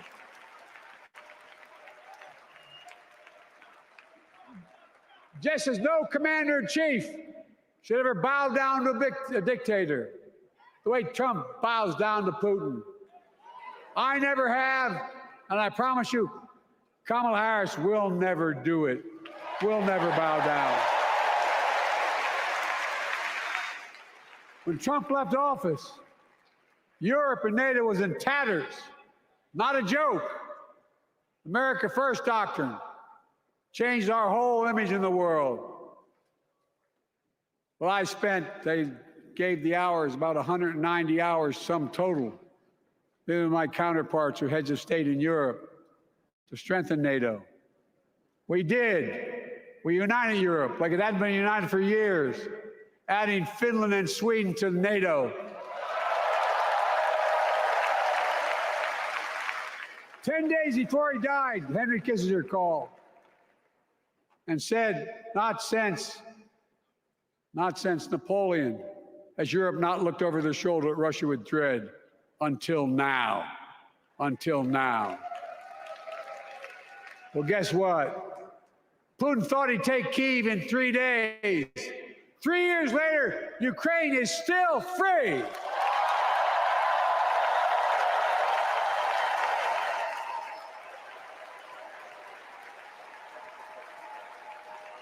When I came to office, the conventional wisdom was that China would inevitably surpass the United States. They haven't noticed. No one's saying that now.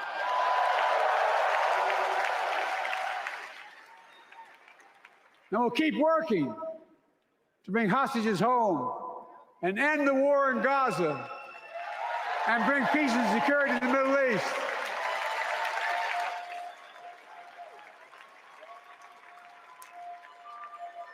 As you know, I wrote a peace treaty for Gaza. A few days ago, I put forward a proposal that brought us closer to doing that than we've done since October 7th.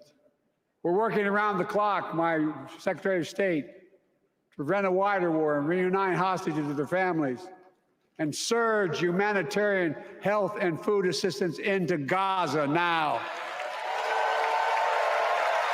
To end the civilian suffering of the Palestinian people, and finally deliver a ceasefire and end this war.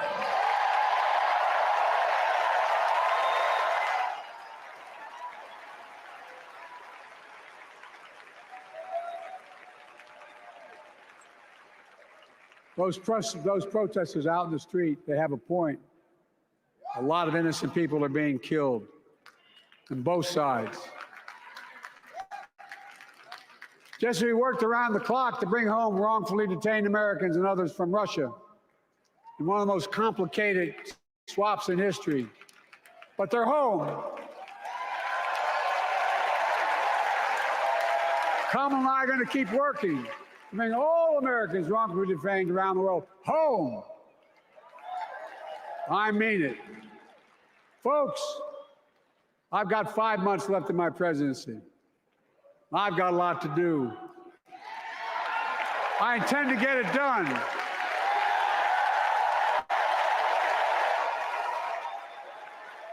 It's been the honor of my lifetime to serve as your president. I love the job, but I love my country more. I love my country more. And all this talk about how I'm angry at all those people who said I should step down. That's not true.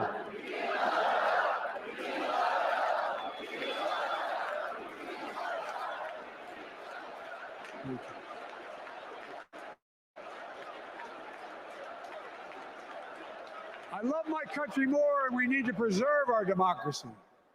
In 2024, we need you to vote. We need you to keep the Senate. We need you to win back the House of Representatives. And above all, we need you to beat Donald Trump.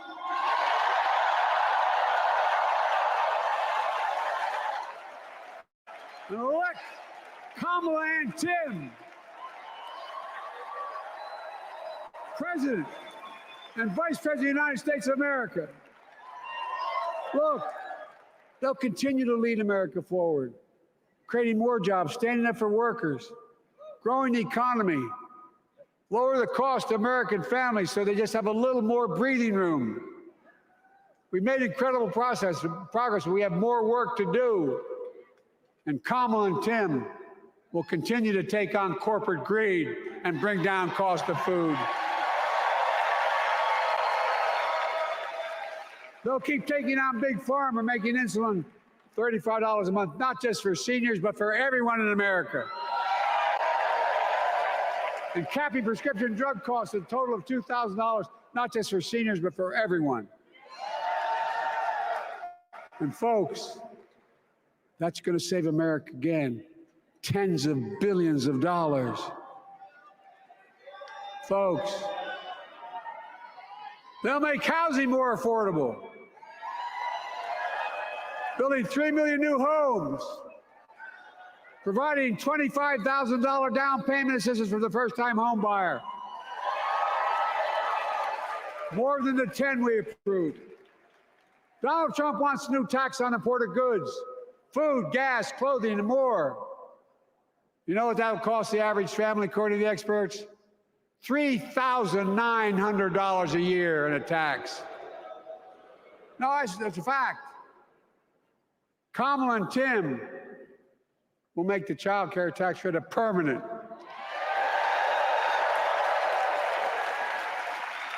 Lifting millions of children out of poverty and helping millions of families get ahead. But you know what Trump has?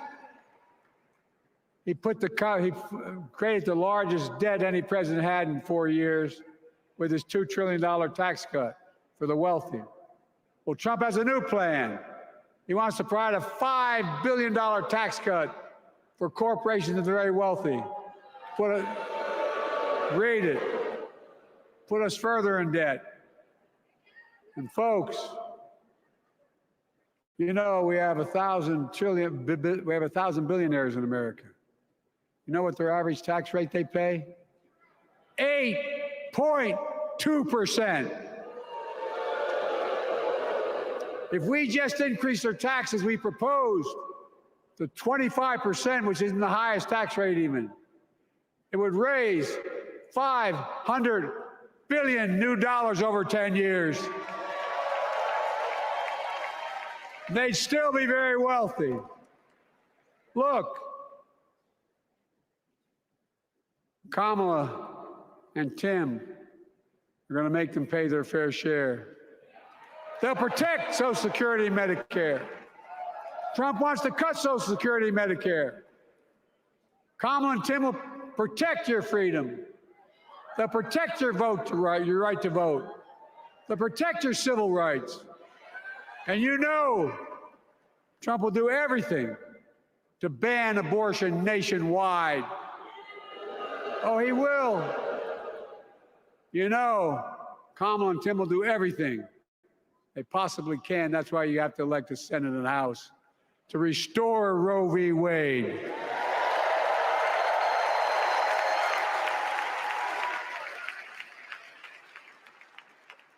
The ancient Greeks taught us that character is destiny. Character is destiny. For me and Jill, we know Kamala and Doug are people of character. It's been our honor to serve alongside them. And we know that Tim and Gwen Walz are also people of great character.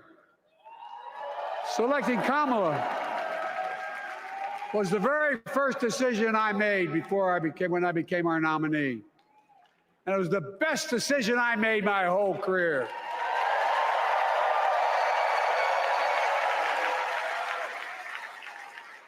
We've not only gotten to know each other, we've become close friends. She's tough, she's experienced, and she has enormous integrity, enormous integrity. Her story represents the best American story. And like many of our best presidents, she was also vice president. That's a joke.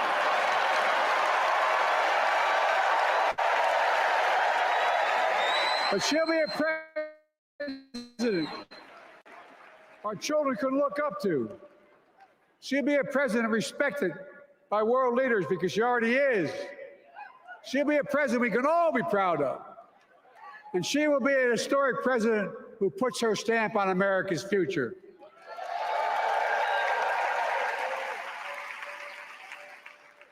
This will be the first presidential election since January 6th. On that day, we almost lost everything about who we are as a country. And that threat, this is not hyperbole, that threat is still very much alive. Donald Trump says he will refuse to accept the election result if he loses again. Think about that. He means it. Think about that. He's promising a bloodbath if he loses, in his words. And that he'll be a dictator on day one, in his own words. By the way, this sucker means it. No, I'm not joking. Think about it. Anybody else said that in the past, you'd think he was crazy. He is crazy, but you'd think it was an exaggeration, but he means it. We can't let that happen. Folks, all of us carry a special obligation. Independents, Republicans, Democrats. We saved democracy in 2020, and now we must save it again in 2024.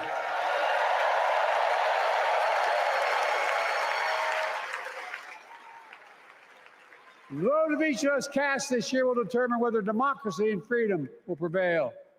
It's that simple. It's that serious. And the power is literally in your hands.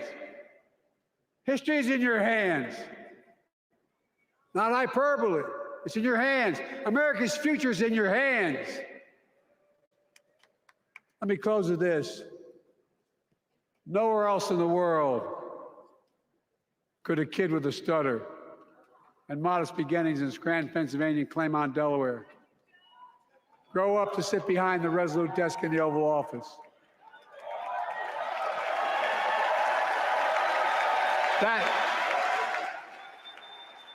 That's because America is and always has been a nation of possibilities.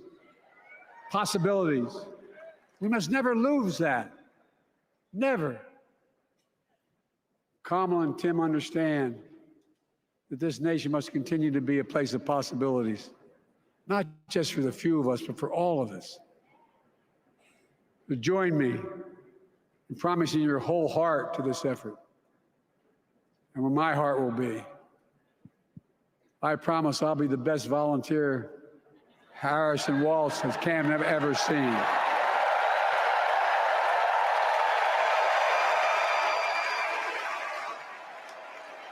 Each of us has a part in the American story. For me and my family, there's a song that means a lot to us, that captures the best of who we are as a nation. The song is called American Anthem. There's one verse that stands out, and I can't sing worth a damn, so I'm not going to try. I'll just quote it. The work and prayers of centuries have brought us to this day. What shall our legacy be? What will our children say? Let me know in my heart when my days are through. America, America, I gave my best to you.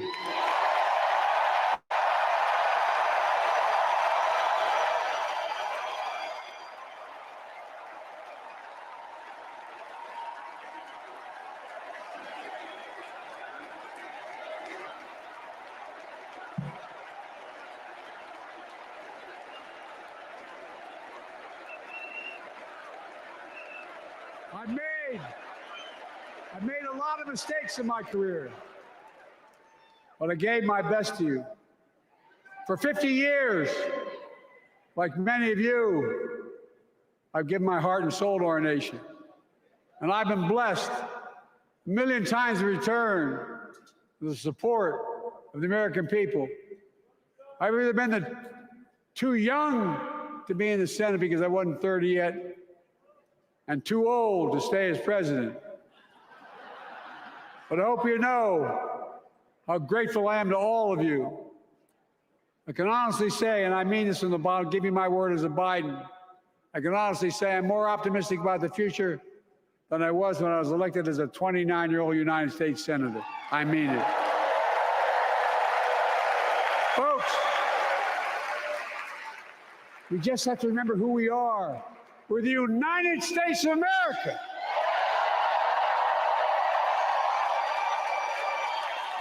And there's nothing we cannot do when we do it together. God bless you all, and may God protect our troops. Thank you.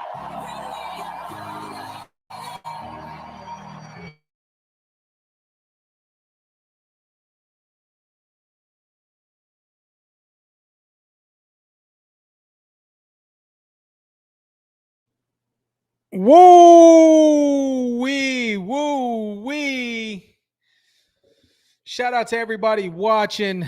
Thank you guys so much for commenting. Everybody in the chat, really appreciate you, chat. Chat, what's up? Man, that was a doozy. It was a snooze fest in the beginning. Snooze fest throughout.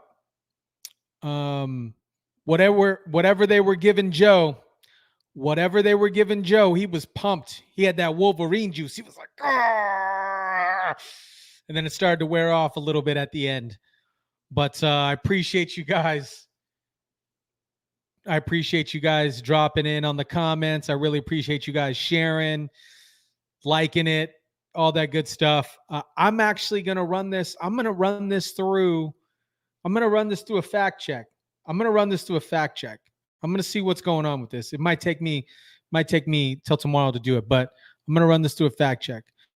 But thank you guys so much for watching. Thank you so much for commenting.